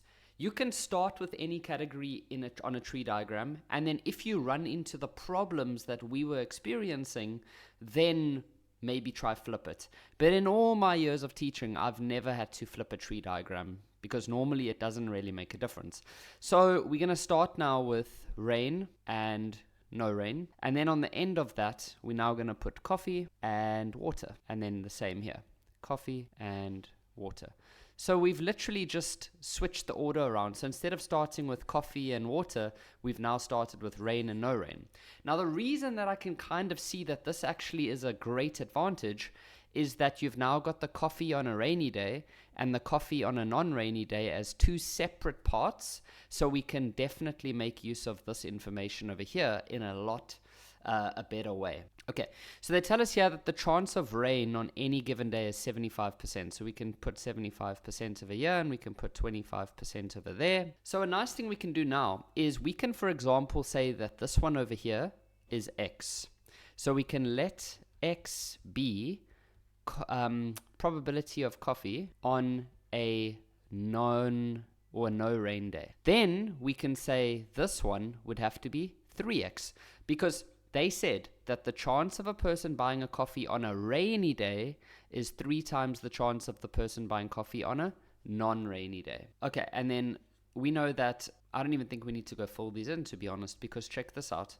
We now know that the probability of a person buying coffee on any day is 7 out of 12. So what that means is that this branch over here plus this branch over here must add up to 7 over 12. So we can say 0.75, because we know that to calculate the total of a branch, you multiply plus, and remember when you're combining branches, you plus them, and now we're going to say 0.25 times x, and we know that this total must equal 7 over 12. There we go. Okay, so now if we go work out this, we get 2.25x, and we get 0.25x equals to 7 over 12. And this will be 2.5x. And then to get x alone, you say 7 over 12 divided by 2.5. And that will give you 7 over 30. So what was x again? X is the probability of coffee on a non-rainy day. So they said calculate the number of cups of coffee on a non-rainy day. So we know that there's 120 people. So we can say 7 out of 30 multiplied by 120 people. And that's going to give you 28 cups of coffee. 8 runners compete in a race where there are no tied finishes. Bongi and Andrew are 2 of the competitors. Okay, so we've got 8 runners in total. There were no tied finishes. Okay, so no one tied. What that means is there was no one who came in at the same time. Okay, everyone finished separately. And Bongi and Andrew are 2 of the competitors. First question for 2 marks. Calculate the total number of possible ways in which 8 runners can finish the race if Bongi finishes in a position immediately after Andrew. Okay, so what I would do is I would list out the 8 people, 5, 6, 7, 8. Now, if Bongi and Andrew finish after each other, then I would put them as a unit. Okay, and we know that it can't be Bongi, Andrew, or Andrew, Bongi. They tell us that Bongi specifically came after Andrew. So let's say, for example, that this is the winner who came first, second. So then who would go first over here? It would be Andrew, because Andrew beat Bongi, and then Bongi would go over there. So please don't, now when we go use our factorials, don't add a 2 factorial for this part like we normally do, because normally why we do that is because these 2 can normally switch. But in this scenario, these 2 can't switch. Okay, so how have I normally taught you guys to do these questions? We look at how many units we have. 1, 2, 3, that is 1 unit. 4, 5, 6, 7. So we then used to say 7 factorial, and then normally we would allow these 2 to also be allowed to switch, and then we would have added a 2 factorial.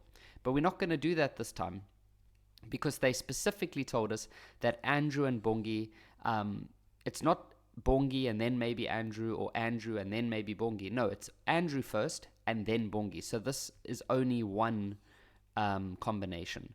And so if we work this out, we get 5,040. Okay, now for this one is now a brand new question. So you can forget about this Bongi finishes immediately after Andrew. Now it's a brand new question relying on this data up at the top here. So calculate the probability that 2 or more runners finish the race after Andrew and before Bongi. Okay, let's just think about that. Calculate the probability that 2 or more runners finish the race after Andrew and before Bongi. Okay, so let's go draw this out, and I'll give you a few examples. 3, 4, 5, 6, 7, 8.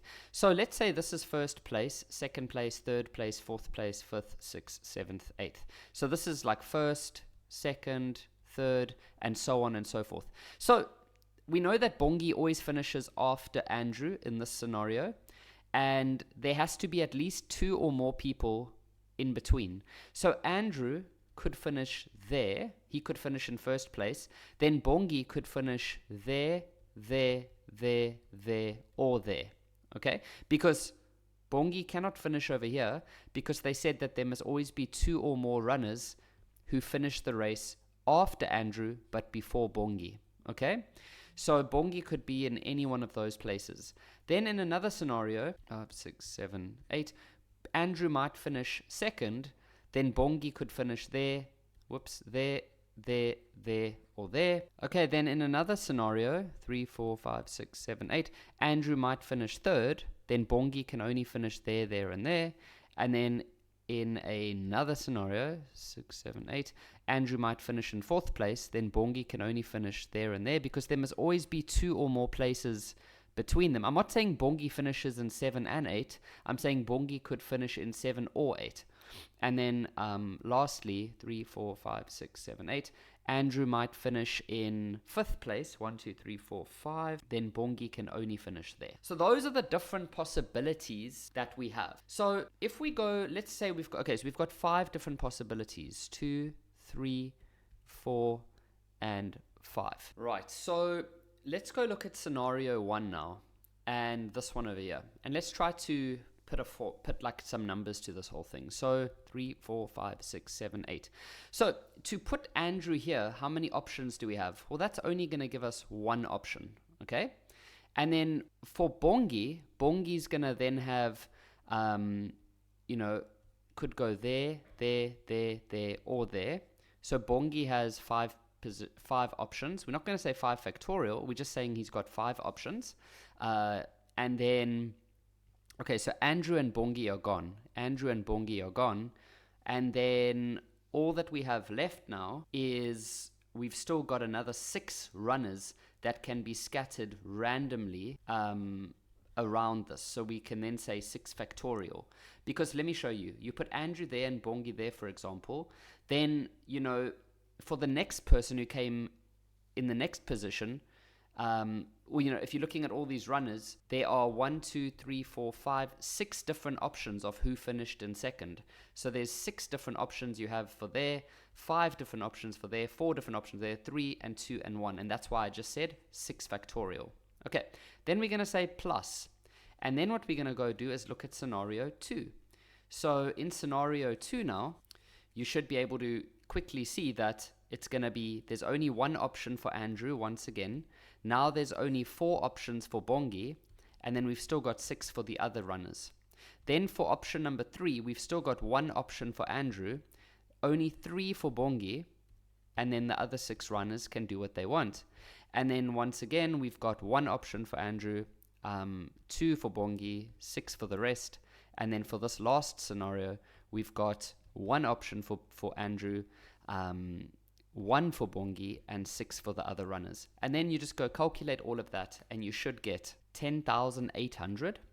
But now they said calculate the probability that 2 or more runners finish the race after Andrew and Bongi. So now in probability, we always need to divide by the total number of options. And to find the total, we just know that there's 8 runners. And so imagine that the 8 runners could finish in any position they wanted to.